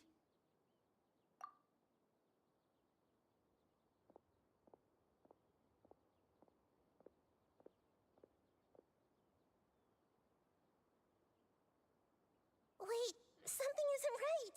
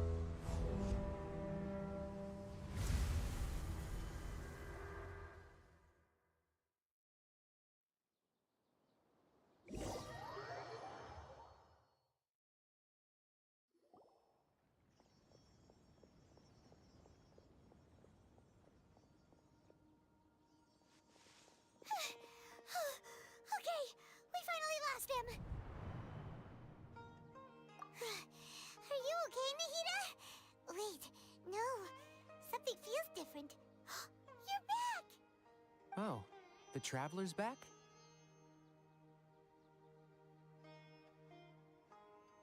Nahida was controlling your body for a while. It seemed like she jumped over to you as an emergency measure right before the Catherine puppet was destroyed. After that, Tainari heard the commotion and came over. He helped us defeat the mercenaries and then he ran with us all the way here. What? You swapped places? You mean your consciousness also went into Nahida's body? Wait, then where is Nahida's consciousness? Where is she now? I never imagined that an individual's consciousness could be transferred around like this. Had I not seen it with my own eyes, I would have never believed it. I don't think this can be achieved with current human technology. Also, while we were running, the consciousness in your body told me to pass on a message. She said, "The doctor has found a way to trap my consciousness, so I can't journey with you anymore. But even in a moonless night, a shower of starlight can still drown out illusions and lies." Oh no! Nahida's trapped in the sanctuary of Surasthana for good this time. Was that message all she left for us? It's pretty vague. Oh, that makes sense. Since the doctor captured her, she won't be able to say anything without him knowing. She's being extra careful. Even in a moonless night, a shower of starlight can still drown out illusions and lies. Huh. Paimon knows the moon illusions and lies are from the alchemical divination at the Sumeru's festival. Didn't Nahida use a starlight analogy before? It had something to do with Sataria. Oh, that makes a lot of sense. Huh. But she isn't with us anymore. Paimon, you said Sanctuary of Surasthana, correct? Does this mean that this Nahida you're talking about, the consciousness who was occupying the traveler's body, is the Dendro Archon? Your guess is correct, but That's all right. A scholar's curiosity doesn't need to be appeased right away. As for the complicated, I've spent some time with you, and it looks like the Dendro Archon's also on your side. So, I trust you. Thank you, Tainari. Oh, actually, we came here to ask you a question. What do you know about the project that the sages have been working on? That. While I was indeed invited to join that project, the sages were always secretive about its scope and goals, so I eventually declined. All I know is that the project has something to do with the restoration of Irminsul. Huh? Did you see something when you were in Nahida's body?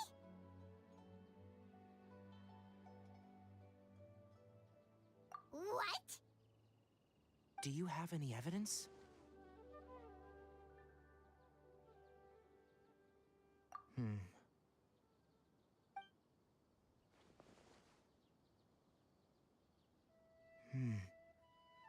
So that's what happened.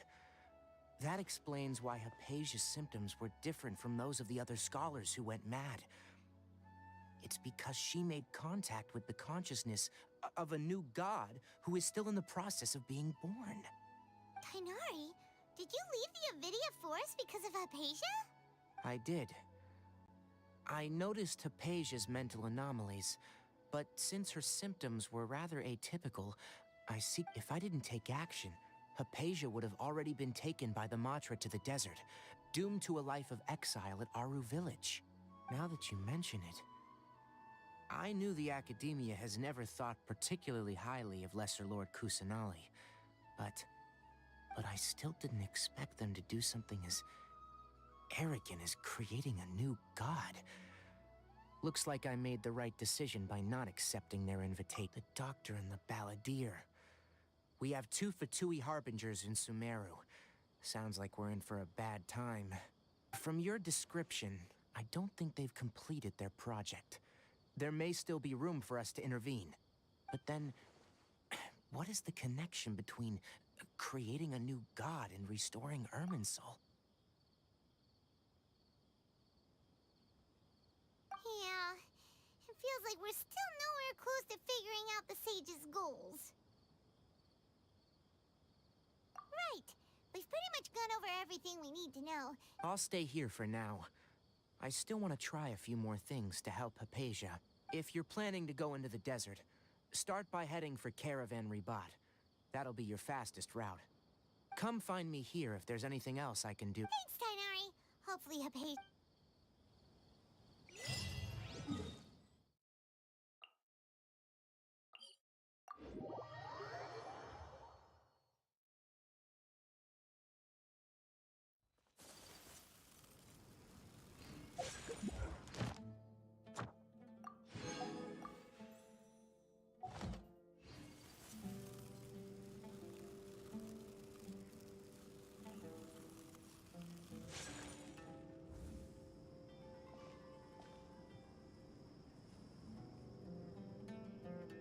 We finally made it to Caravan Ribat. So, just past this wall is the desert, huh? Oh, wow. Paimon remembers hearing people call this the Wall of Samiel. It's made to block sandstorms from the outside. Oh. Enough gawking. Come on, follow me. Huh? Over here. Oh, Haytham went that way! Let's hurry up and follow him. Wonder what he's up to.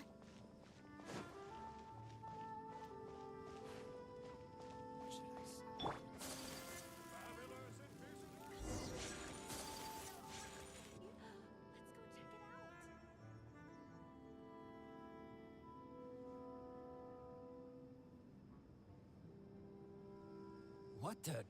Where did she go? How did we lose him? More Eremite mercenaries? Who are they working for this time? You were too careless. You should have noticed those hopeless amateurs trailing you a long time ago.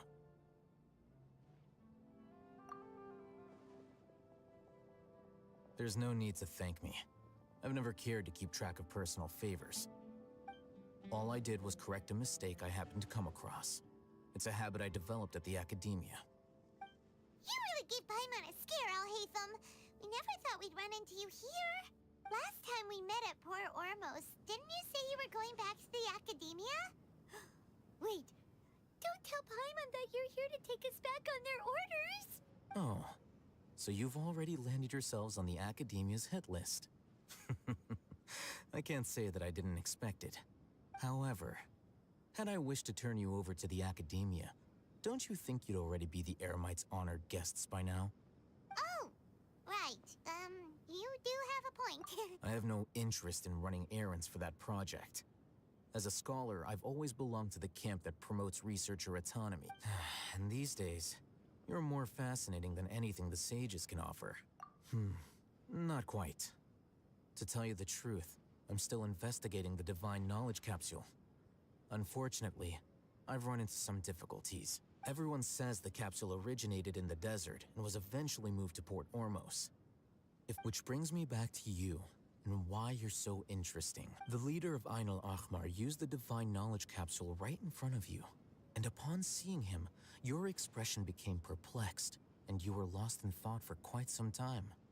To have that kind of reaction, I think you must have realized something. Are you in... Haytham, you really have a ridiculous eye for detail. What kind of person even... So that's your answer. Well, I do work for the Academia after all.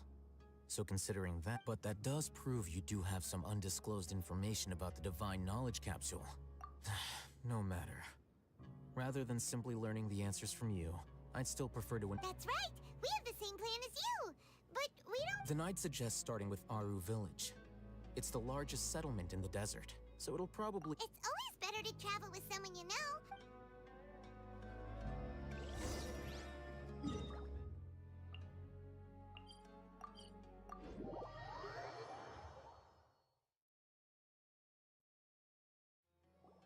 Before us lies Aru Village. Whoa. This land...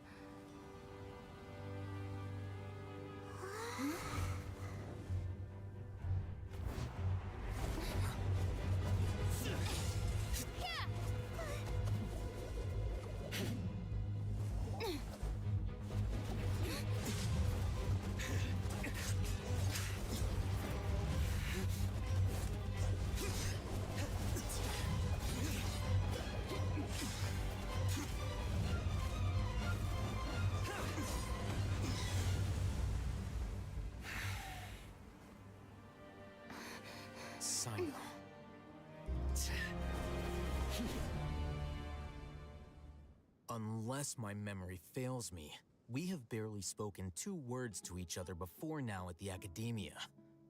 Would you care to enlighten me as to when and how I invited the General Mahamatra's wrath? Oh, Hatham. Do not think you can escape my judgment just because you managed to escape my attack.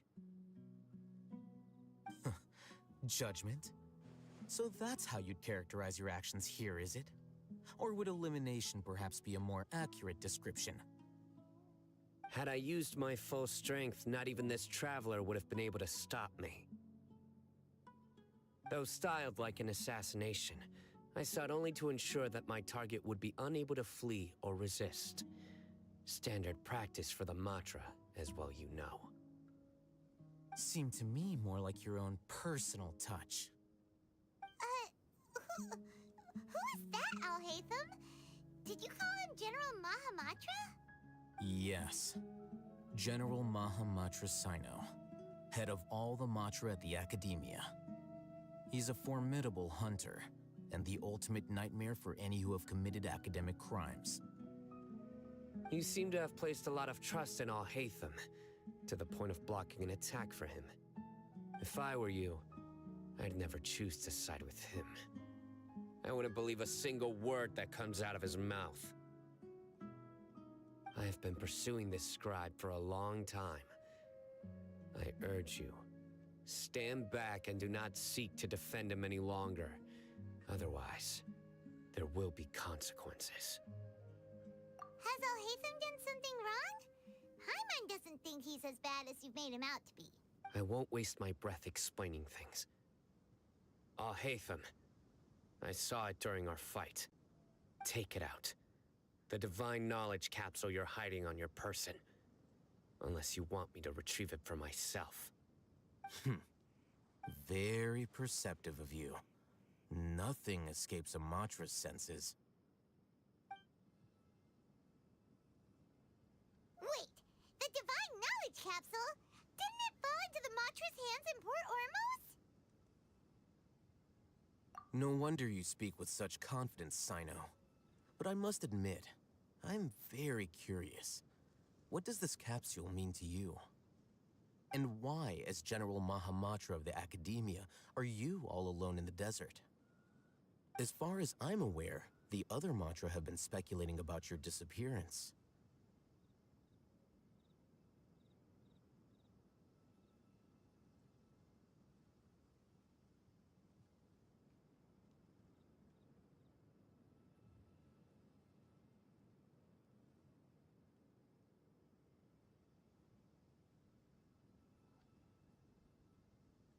Have you been given a mission that's, let's say, morally dubious? If I was the real target of your mission, what was stopping you from simply using your authority and resources to judge me within the walls of the Academia?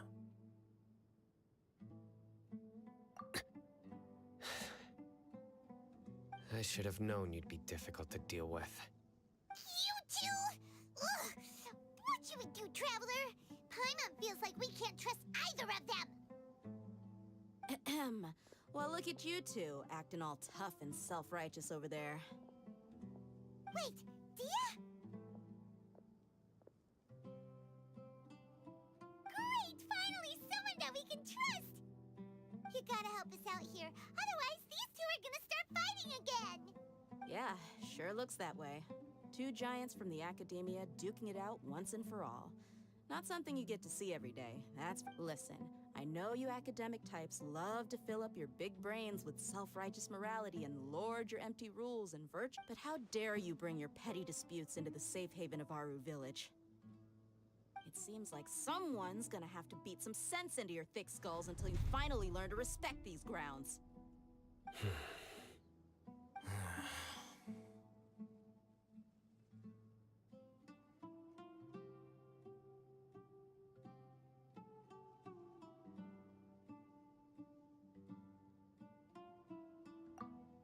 Hey, did either of you hear a word I just said?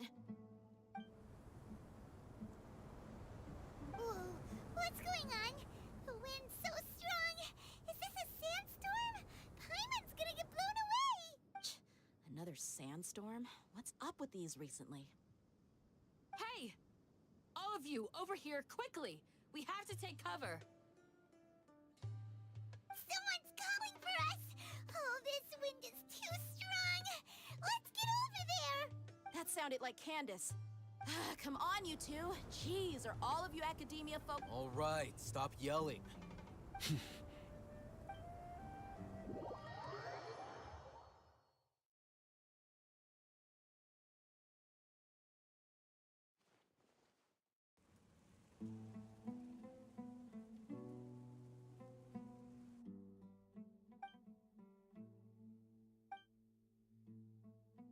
Well, this is pretty awkward. Hey, wanna play sardines with 3 people who wanna tear each other limb from limb? Sure, why not? Sounds fun.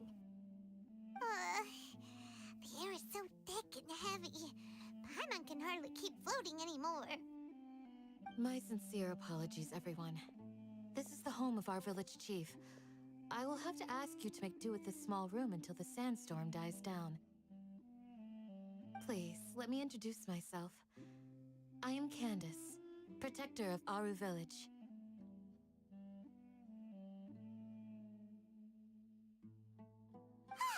Our savior has come at last! Nice to meet you, Candace. The name's Paimon. Thank you so much for helping us.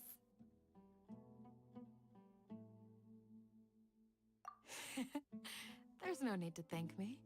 It's only right to help each other when the weather gets rough. Wow, she's so gentle and caring, like a nice older sister. Unlike those guys over there. All right. Now that we're all better acquainted, we should return to the topic at hand. As a guardian charged with the responsibility to protect my fellow villagers from harm, I was observing your conflict from afar, even before the sandstorm started. And now that you have set foot within our village itself, it is all the more my responsibility to make absolutely sure that you pose no threat whatsoever to us. So please, have an honest and sincere conversation with one another, and put your hostile feelings to rest. If anyone dares to start anything again while they are under this roof, I will not hesitate to send them out for some quality time with the creatures of the sandstorm. Oh, on second thought, Paimon may have misjudged Candace's character. And that goes for you too, Miss Dia.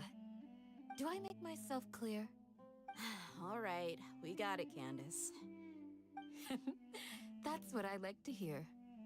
So, which of you will begin?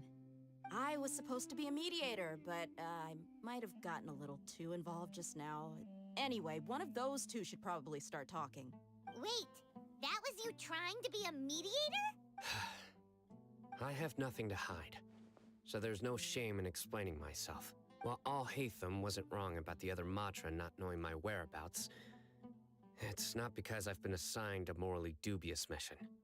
Rather, I've chosen to exile myself. Huh? Exile? A little while ago, I discovered that there was data missing in the Academia's project planning and development files. What little they did report clearly did not match the project's actual progress. As General Mahamatra, I had the responsibility and authority to request an audit. However, to my surprise, the person responsible for the erroneous data was none other than Grand Sage Azar himself. I tried to investigate the issue myself before submitting a formal audit request, but I soon found that all leads and potential pieces of incriminating evidence were carefully concealed from me. I began to realize that they were cautious of me from the very beginning. Unsurprisingly, the Grand Sage rejected my audit request as soon as the submission reached his desk. He even said to me, "The power of the General Mahamatra is granted by the sages. You have no right to judge us." So they really are up to no good. I realized then that to the Grand Sage, The Matra are nothing more than tools for the sages to assert and maintain their control over knowledge. The vows that we took, the principles that we strive to uphold, they are meaningless to the academia of today. I believed it would be wise to flee the academia before the sages had a chance to take action against me. This way, they can no longer see nor predict my actions. I will never give up on this investigation. There's no need for someone else to give me power or authority. Once I find the truth, I will administer judgment by my own name. Sino seems to have the same goal as us. We're all investigating the sages. Plus, now that he's no longer the General Mahamatra, he somehow feels a lot less scary. Well, Sino, if that's your story, then why did you see Alhaitham as a target? When I was investigating the matter in the academia, I overheard a conversation between Alhaitham and a sage. The sages asked you to investigate a blonde-haired traveler. Do you dispute this, Alhaitham? What? Like many parts of the project, this assignment was undocumented. Now throw in your suspicious behavior with the Divine Knowledge Capsule, and I think we deserve an explanation. Yes. I was indeed tasked with investigating the Traveler. Alhaitham! After all, the promised reward was so great that hardly any scholar could have refused. The sage told me, once you've completed this assignment, I can give you a glimpse of divine knowledge. A most enticing offer. Unfortunately, those academics don't know me at all. Their words contained one key piece of information, namely that divine knowledge indeed exists. That gave me all I needed to know. From my perspective, the sages are far from trustworthy. Think about it. Isn't it a little strange they're so willing to share divine knowledge with anyone? Even so, I began my own investigation following the lead of the Divine Knowledge Capsule. In the end, I realized my wisdom in committing to this rather than collaborating with the sages. Had I been less guarded, I probably would have ended up like that Ain al-Ahmar mercenary, incapable of remaining sane for long enough to hold a conversation. You mean that the sages originally planned to dispose of you, using one of those capsules that drive people insane? I'd already given up on the assignment by then. I only told the academia I was waiting in Port Ormos for you to appear so they wouldn't suspect anything. So it came as quite a surprise when I encountered my erstwhile target while investigating the divine knowledge. Criminals do love to talk about coincidences. Even though I ran into the Traveler by chance, I had no intention of providing assistance to the academia. Also, you were the ones who decided to follow me and strike up a conversation after I left that tavern. That's true. Alhaitham helped us out at Caravan Rebat as well. Maybe he's telling the truth. I'm willing to apologize, if that's worth anything to you. I took the Divine Knowledge Capsule behind your back because I judged its existence to be a significant risk. I felt that it would be best for no one to interact with it before it had been properly studied. After all, curiosity often proves to be the most dangerous thing in this land. You should be well aware, Scribe Alhaitham, that curiosity can also lead you to danger and suspicion. Answer me this. Did the sages share any information about their project with you? Have I not made myself clear? You and I are both distrusted by the academia. Do you really think they would tell me anything? Fine. Although you haven't completely proven your innocence, I won't regard you as an enemy, for now. As you wish. Good. I'm glad to see you two clearing up your misunderstandings. And now you, Dia. I believe it's your turn. Oh, sorry. Whatever the boys were talking about must have been so boring that I spaced out. My situation is pretty straightforward.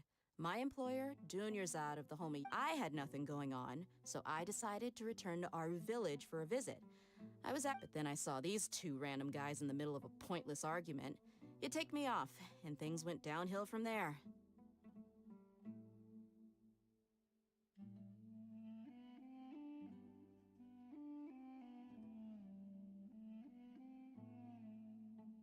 Is that all? Well, I will admit that That's more like it. I missed you all so much, Candace. Whoa! What was that sound? No need to worry. Now that you're no longer at each other's throats, please make yourself... Creatures? In the sand... Fighting in a sandstorm is not for the faint-hearted. Anyone without extensive training in these conditions is added... Yeah, just leave him to Candace.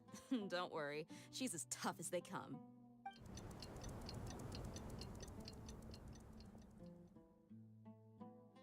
The winds died down. That means Candace still isn't back yet, though. When you put it that way, even I'm starting to feel a little worried.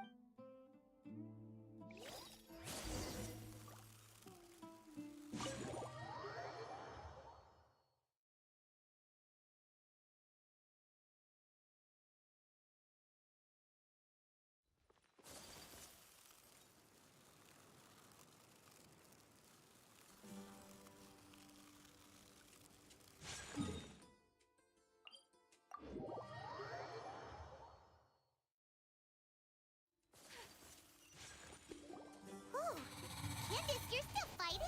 You've been out here dealing with this... Yes. They just keep coming in waves. I've lost count of how many I've defeated. Ah!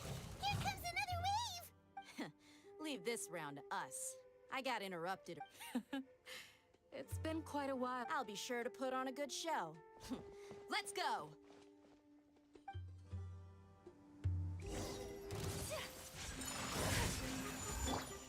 Propagate! Odds revealed by... Silence! Kami-san to art! Sumeru! Here comes another wave! When are they ever gonna let up?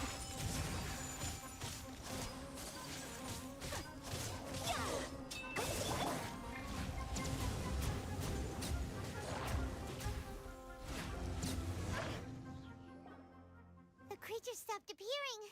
What we fought just now was probably the after... Well fought, everyone. No injuries, I hope. Huh? Who are you? Ah, my apologies. I haven't had a chance to greet you yet. I had my hands full taking care of the village. I am the chief of Aru village. Everyone... Sir, I am also originally from the desert, but I have not been back for some time now. I can't say they've always been common, but recently the storms have become increasingly severe. Besides sandstorms, we also occasionally get earthquakes. According to an investigator... Another effect of Irminsul's withering. So, Irminsul's withering causes withering zones. Everything in the natural world is inextricably connected to Irminsul. These regional symptoms can indeed be a reflection of Irminsul's presence. Everyone in Aru village need... speaking of which, why haven't I seen a single village keeper since I got here? Village keeper? Who are they? Does your curiosity know no bounds? Village Keeper is how Aru village refers to most of them are scholars who lost their sanity after a period of training in the Avidia forest.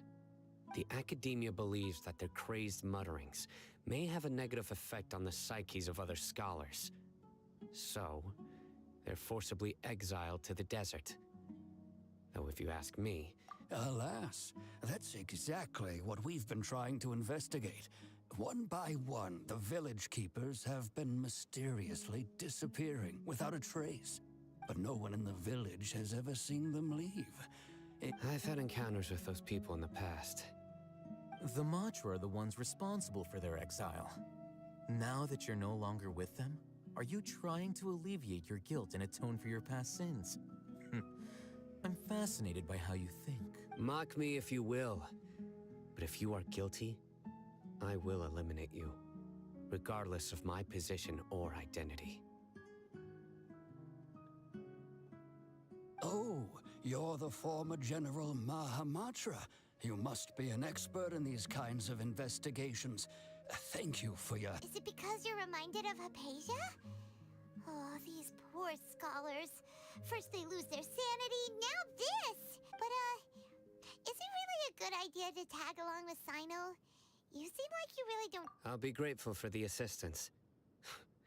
No doubt you will do a better job than some of my former subordinates. Let's start by finding a spot to share what we know.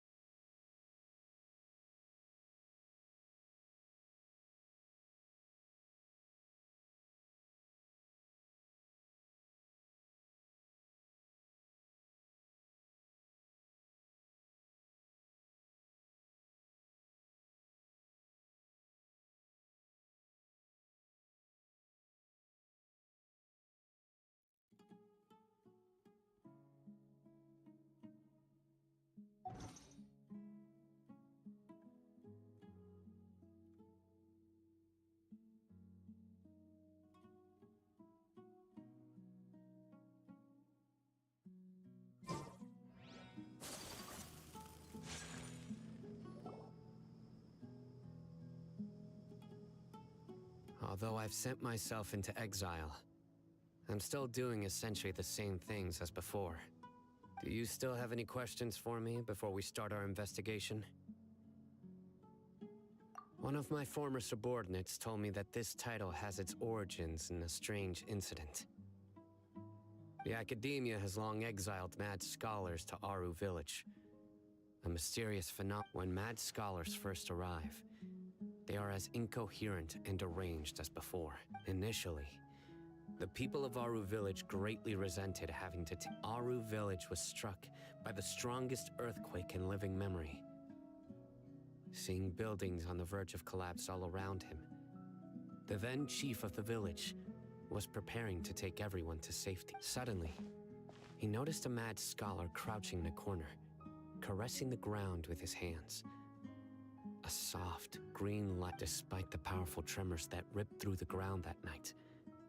All the houses remained upright. After that, the people of Aru Village treated the mad scholars with greater kindness. A soft green light? A mad scholar protecting Aru Village? Paimon thinks so too.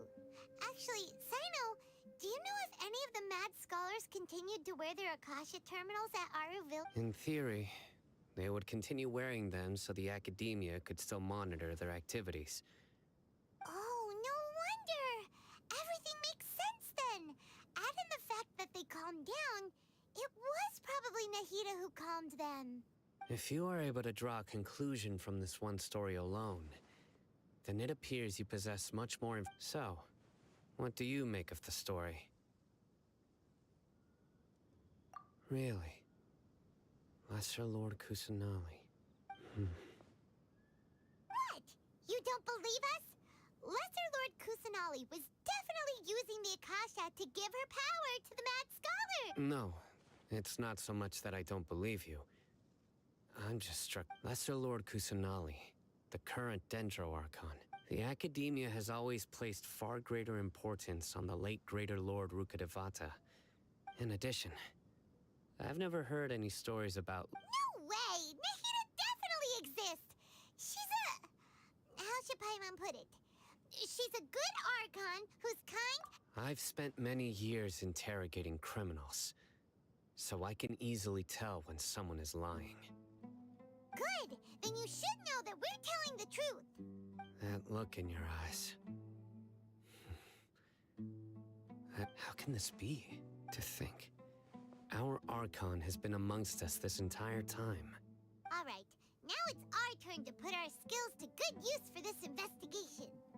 But easier said than done, especially since we don't have any leads. Excuse me, are you here to help me find my grandpa? Huh? Who are you? By the sounds of it, a resident of this village. My name is Isak. You'll help me find my grandpa, right? Is your grandpa a mad scholar? Hey, don't say that. Grandpa is just Grandpa. The person you're referring to is not a local, yet you are. Why do you call him Grandpa? Grandpa is just Grandpa. He's my family. I heard everything you said to the village chief. Please, you gotta take me with you. I want to find my grandpa. Ah, so you're the one who was eavesdropping on... I was planning to go out and take care of whoever it... Whoa! Hatham wasn't kidding about Matra having sharp senses. Sino! Sorry, I was only listening in because I wanted to know where Grandpa went. Honest, if you don't... All right. But first, let's confirm the facts with Candace.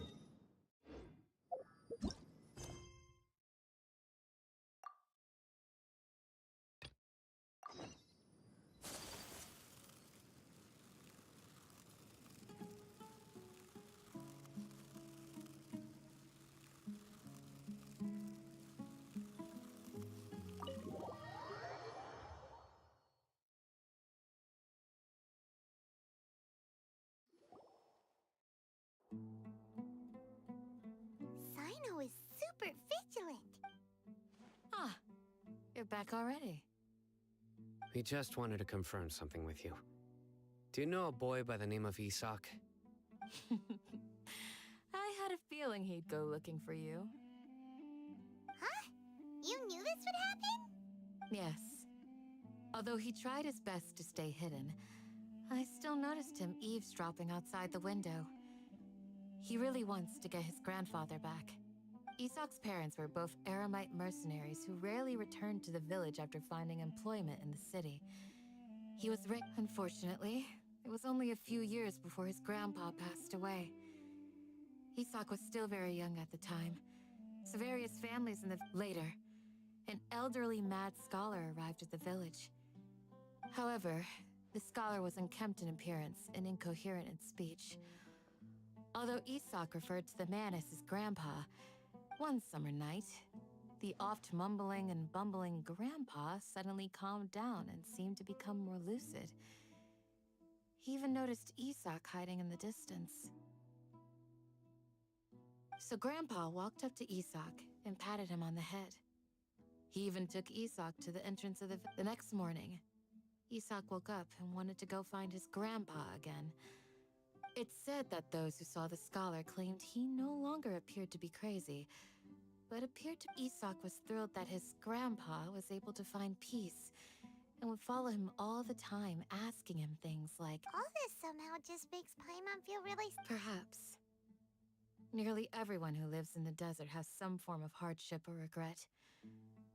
But even so, we must still continue on with our lives.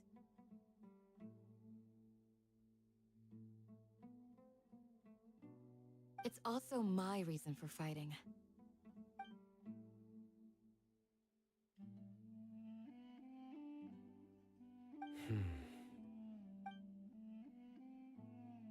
Maybe the people have always had a considerate god watching over them. Huh? What? No, nothing. Perhaps you are more compassionate than I gave you credit for.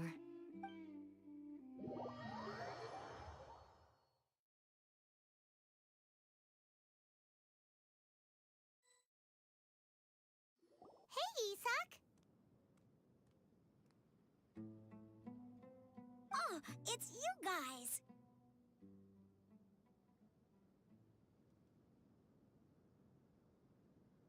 We've cleared everything up. Let's... Really? All right.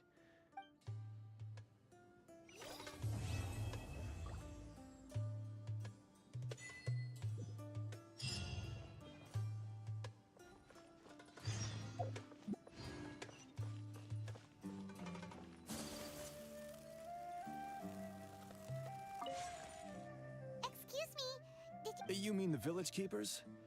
When I was eating dinner the other day, I saw... anything else?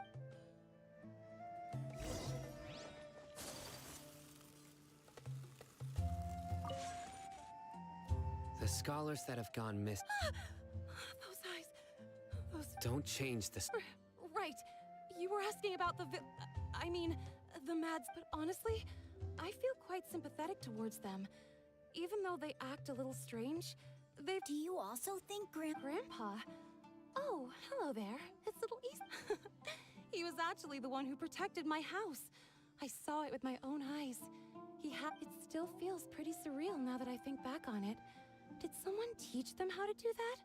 Well, whatever the case, I'll always be thankful to him and whoever taught him to look out for others. Gotcha.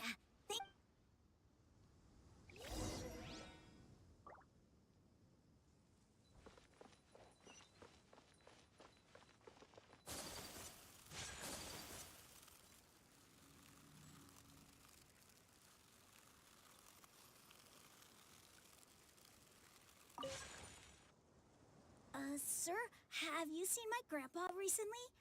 You know, the one who likes to sit and space out near the village entrance. Oh, well, if it isn't Isak. Oh, your grandpa, huh? It's been a while. The last time I saw him, he was spacing out by the road as usual. I went and asked him if he'd like any of the food I had prepared, despite my wife's protests. Like many people, she's really quite terrified of them. And speaking of my wife, she's still always complaining about how I don't make enough mora. That might explain why she's always mad at me. Oh, thank you. Thank you for taking care of him. It was nothing. You're looking for him, right? Did he go for a walk and get lost? Yeah. That's no good. Well, once you found him, come by my place again and I'll cook a little something for the both of you. I've known you since you were very young, so as far as I'm concerned, you're family. Please feel free to come by anytime. Wow, what a nice guy! Okay. Thank you, sir. Huh? Don't say anything for now. Let's head over there.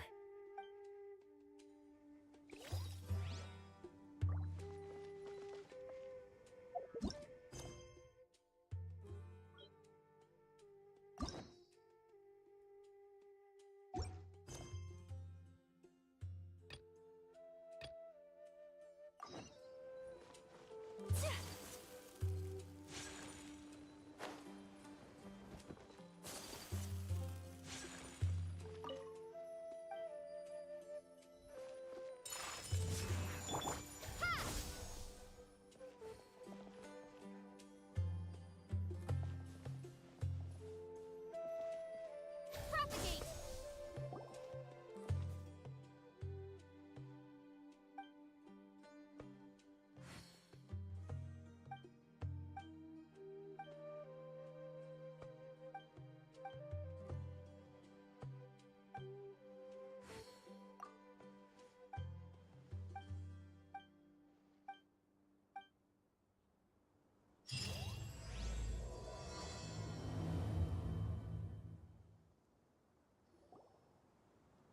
Listen, see it. Have you heard? The mighty King Deshret. Yes, of course I have. King Deshret is the one and only true ruler of this land. I've never believed in any... Still, you say he's coming back, but... Haven't you noticed? The village has been getting more deranged. Delavar was saying that many people also went insane just before the fall of King Deshret's civilization in ancient times. We don't quite know. Isn't it a sign of King Deshret's power that all the mad scholars have disappeared? Huh. Now that you say it... Exactly. Those city folks will get... Now, repeat everything you've just said from the very beginning. Huh? Who are you? Where did you come from? My patience is running thin. You heard what I asked.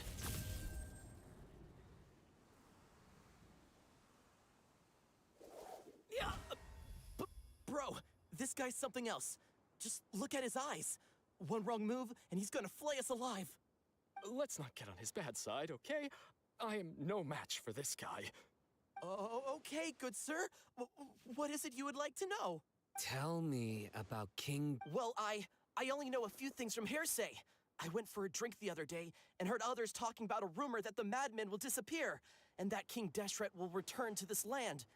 I'm not making this up, I swear! Hey, go on. Keep talking. It's true. It's all true, sir. We desert folk have had more than enough of those people at the academia. They keep sending us all their mad scholars and won't let us have a good life. Would you want to live like this if you were in our place? The radicals were even more thrilled than me when they heard the news. We're all praying for King Deshret's speedy return. Delavar also said that once King Deshret returns to our side, it's only a matter of time before we conquer the land on the other side of the wall. They're all— Is that so? Seems like he still wants to know more. Keep talking. Got it. At first, I told myself it was just the drink talking, but then all the mad scholars vanished without a trace, just as the rumors said. Please don't beat me up just for mentioning these rumors. If I'm guilty, then everyone else around here is also guilty. I'm just— The people here really like King Deshret, but dislike the Dendro Archon. Where is this radical person you talked about? I haven't run into him over the past few days, so he probably hasn't been— No, not at all. Sounds like you're not too close with the radicals. No, of course not. I have many ways to stop you from talking. And many others to stop you from sending. So you'd best just stay home and hope I don't hear of you trying to contact. Don't do anything until I've gotten to the bottom of this.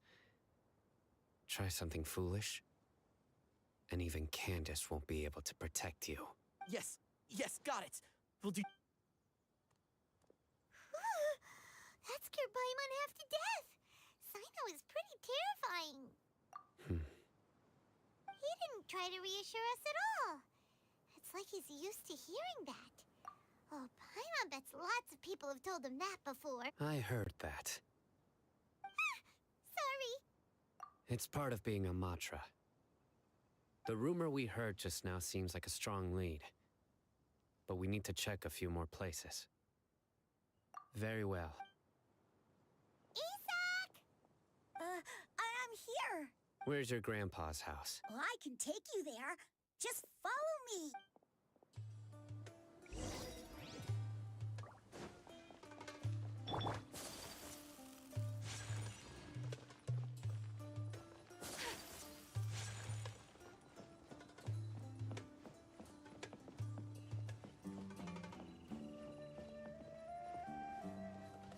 Grandpa, he likes to be alone. Sometimes he stares at the sky in a daze, and other times he just pokes at the ground with his fingers. Every now and then, he yells out at the top of his lungs, so a lot of people are really scared of him. But he's a good person, really. I know he is. I swear, he's just like my real grandpa.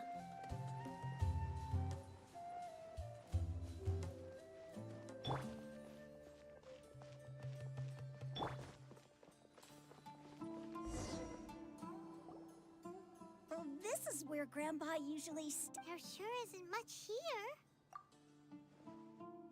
No. Incense? Please, but are you okay? Are you getting... There's a scent that you can sense, but I can't. A certain traveler here once passed out from that smell. Thankfully, Tighnari... So, you know Tighnari? Huh? You know him too? Are you two friends? Yes. Now that I concentrate... Wait, surely Tighnari didn't lecture you too? No. No need. Did you first encounter this scent at Tighnari's house? In the forest. From a scholar.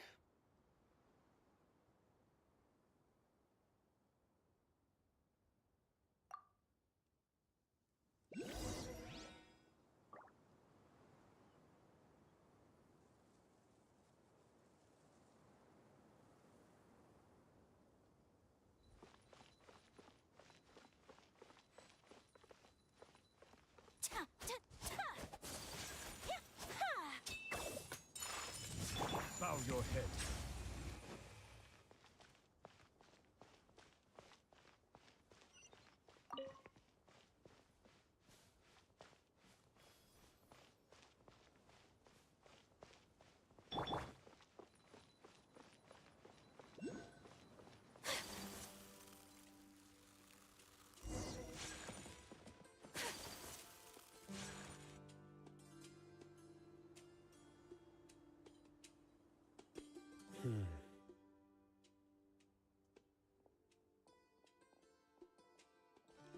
What are you looking for, Sino? Here it is. Take a look right here. Paimon doesn't... Although the traces have been completely bare from the size and shape, they belong to an adult male, and the scent is quite faint, but still extant. But who would come looking for Grandpa? He doesn't have any friends. We'd have to ask whoever lured him away with the incense. Huh? So you can lure someone away with just a scent? Hey, what's wrong with liking good food? Everyone's got something they love in life. Exactly. Most scholars are fond of incense, since the smell supposedly helps them clear their minds and discover new knowledge.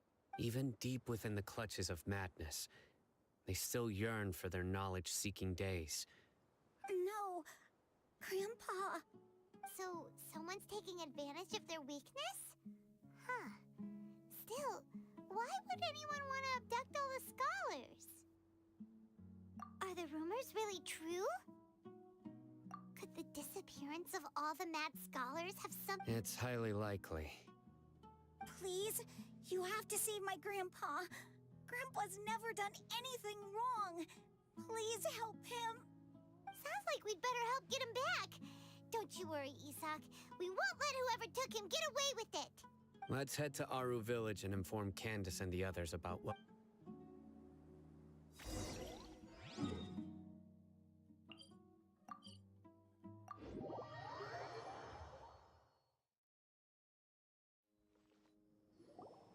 Right. We're back, Candace. We've got a lot to tell you. Ah, welcome back. Oh, Dia's here. You bet. Sup? Reasonably. Alhaitham did... We haven't seen him... Huh. I saw him around the village entrance earlier and figured he was Did you find out anything? I see. So... The resurrection of King Deshret? First I've heard of it. Far as I know, the kind of incense you just mentioned is only popular beyond the wall. Scholars are fond of it, but as you can see, there aren't many scholars still studying around these parts. Not to mention making incense is a labor-intensive process. You won't see anybody in the desert with the patience to make or sell. It seems someone from beyond the wall must have been supporting this. Makes sense. So what should we do then? Do we go back to the academia and search for leads there? If it was any other day, that would be your next logical step. But today, you've got me on your team, so you get an extra tip. Didn't you say that the villager got his news from the tavern? Well, I also like to drink at the tavern, so I know a thing or two about these radicals he mentioned. If Paimon remembers correctly... Ah, yeah. Delavar, the scar-riddled bandit, Engur, the wide-eyed butcher, and Jabari, the duck-tailed bearded crook. These guys have one thing in common, and that's being broke. The rougher life gets, the more they want to believe in King Deshret. Way they see it, King Deshret's resurrection is their only chance at overthrowing the academia. Throwing all of Sumeru into chaos is the only way to change the way of life here in the desert. Anyway, that's my guess why they've chosen to become radicals. Tia! You're amazing! You really know this place...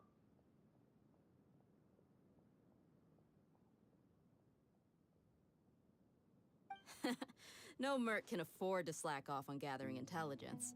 Every more I've spent in the tavern has been a valuable investment. Let's head out. Now hold on, you're staying right here, Sino. Why? Aru Village is not a big place. Outsiders stand out here like a sore thumb. I'd bet the desert is unforgiving, so the way of life here is also a lot tougher than on the outside of the wall. Compared to you, mercs like me are just third-rate amateurs. I've got no actual fighting skills to speak of. But that also makes it a whole lot easier for me to gain the locals' trust. I need to go around and ask some questions, but it'll be... Fine. Good. Then we've got a plan. The Traveler and Paimon will go to Caravan Rebot with me, and we'll try our best to figure out All right! Sounds like a plan!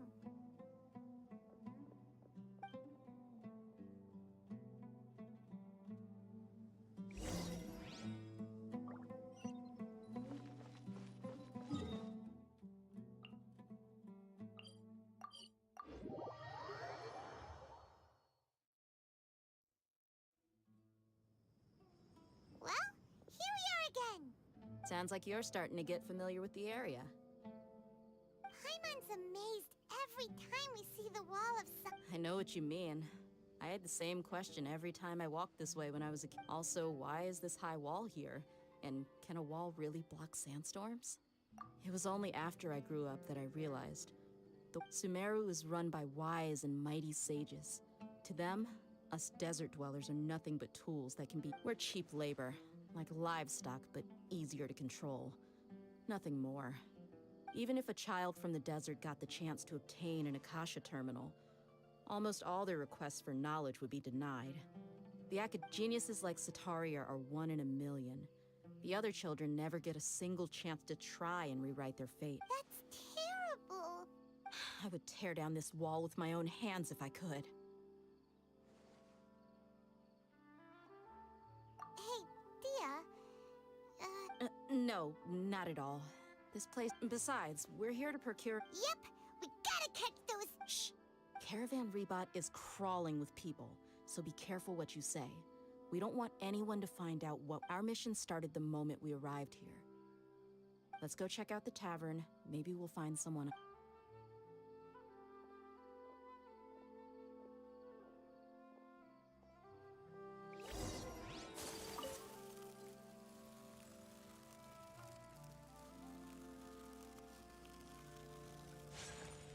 Just our luck. You mean, you don't see any... Dia, is that you? What a coincidence. You here for a drink? Zaki? Finally, a friendly... Oh, and who do you have with you here? Guests from another land? Hello, hello. I'm Zaki. We've had drinks together a few times. You could say... Anyway, as far as my friends here, they aren't too shabby, are they? Absolutely. Much better than those people on the other side of the wall. So, Dia, are you... Yeah. Have you seen Enger Delavar? Of course I have. Matter of fact, we were all here drinking together just a few days ago. I've got a spice trading deal from another nation. I thought maybe Delavar and... Ah, how thoughtful of you. Hey, keep it down. Let's just say I prefer to keep this deal a secret. Y'all at Caravan Rebot are like family. If there's more to be made, why not do it together? Besides, Delavar and his friends have muscle. They'd be a good fit for escorting the goods. Yes, how considerate of you. Delavar's my friend too, so of course I can take you to him. Come with me.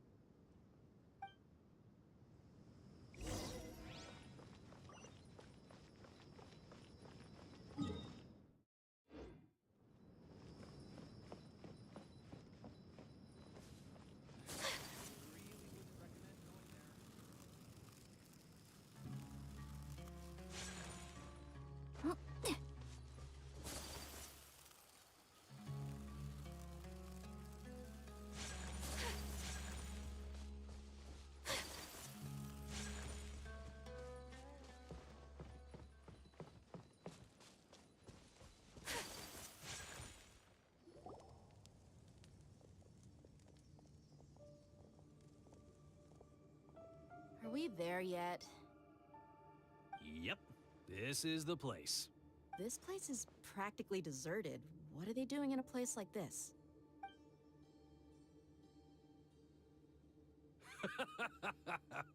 Why don't you take a guess?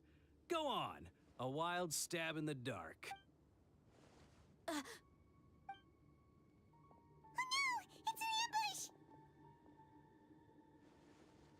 ambush! What's this all about, Zaki? Come on, Dia. You really think we didn't hear about what you said back in Aru village? The boy... Not only do I know that you're looking for Delavar, I also know that you've teamed up with people from the... So, you've been watching us? Uh-oh. Paimon knew leaving Sino behind was a mistake. And you left the strongest one in the village, didn't you? Who do you think you are? You really thought we'd fall for your little business? So you and Delavar... Dia, I guess it's only natural for a traveling mercenary like you to be out of the loop.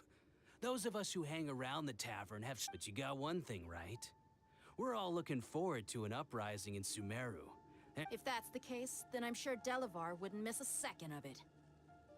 I'll be honest with you. If it weren't for what you said in the village, your little monologue about the Wall of Samiel would have convinced me that you're one of us. Delavar. And Enger. You're here too, huh? Long time no see, Miss Mercenary. You should have known the traitors are what us followers of King Deshret despise the most. Dia, I thought that you, a fellow desert dweller, would understand why King Deshret is greater than the Dendro... Yeah, gee, what a missed opportunity. Adopting radical views and kidnapping innocent... See? There you have it. Mercenaries are just a bunch of faithless scum with only one thing on their minds. You're not wrong. Mercenaries are driven by Mora, and my faith lies with whoever's paying me. As long as there's a profit to be made, anyone can become my friend. Enough talking! Get him! Just as I expected. Let's teach him a lesson, traveler. Following orders. Silence! Whirling snow! Yeah!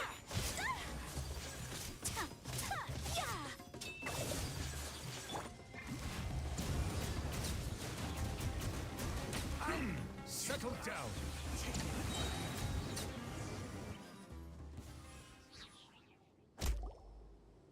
Impossible! So, what do you think about your meticulous network now, Zaki? I'm guessing your informant told you that I'm just an incompetent merc with no real fighting skills. And of course, you would believe everything he reported. The only thing you know about, even though you heard we went to handle monsters together, that so-called Flame Mane is just a fraud. She admitted it herself.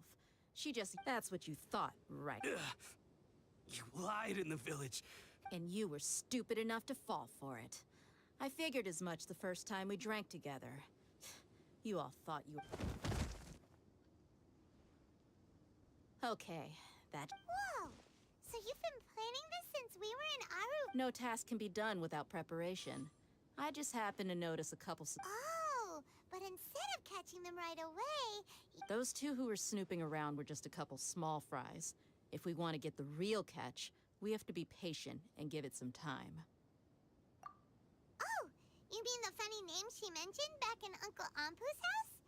The wide-eyed butcher... That's just a bunch of drunk talk. Edgar and Delavar like to talk themselves up when they're drinking. Edgar, the wide-eyed butcher, and Delavar, the alcohol has a way of making people share what they really think. So What about Zaki? He's just a numbskull who fell right into our trap. Zaki was probably the best hidden of them all.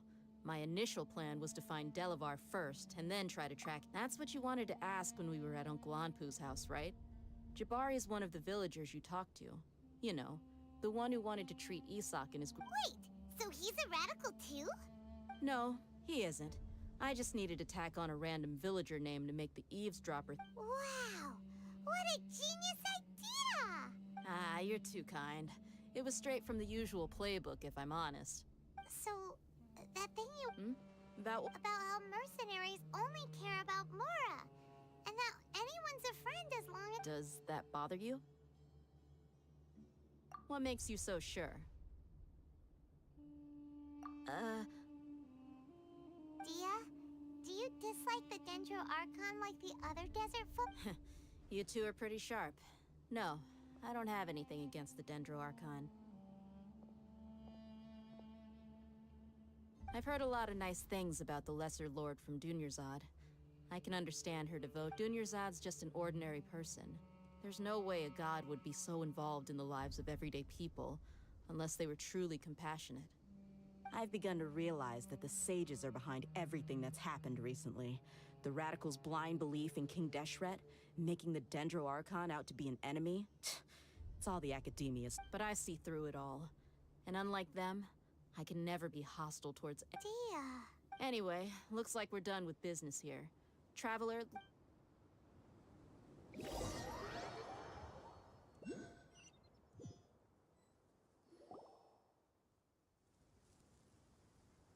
This should be all of them. I'll let you take it from here. All right. Candace, do you need it? Candace will be okay on her own. She's been guarding Aru village for quite some time now.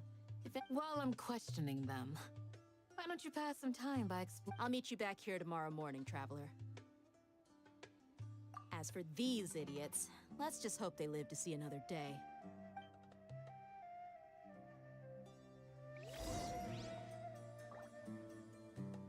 You heard the question. Now answer me.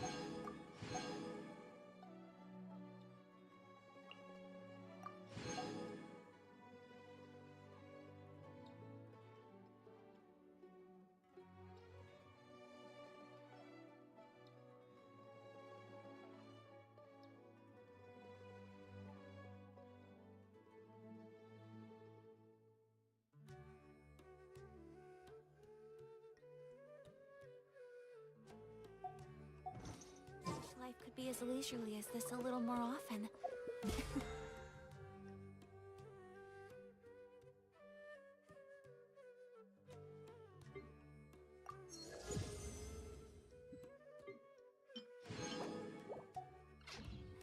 How greedy of me.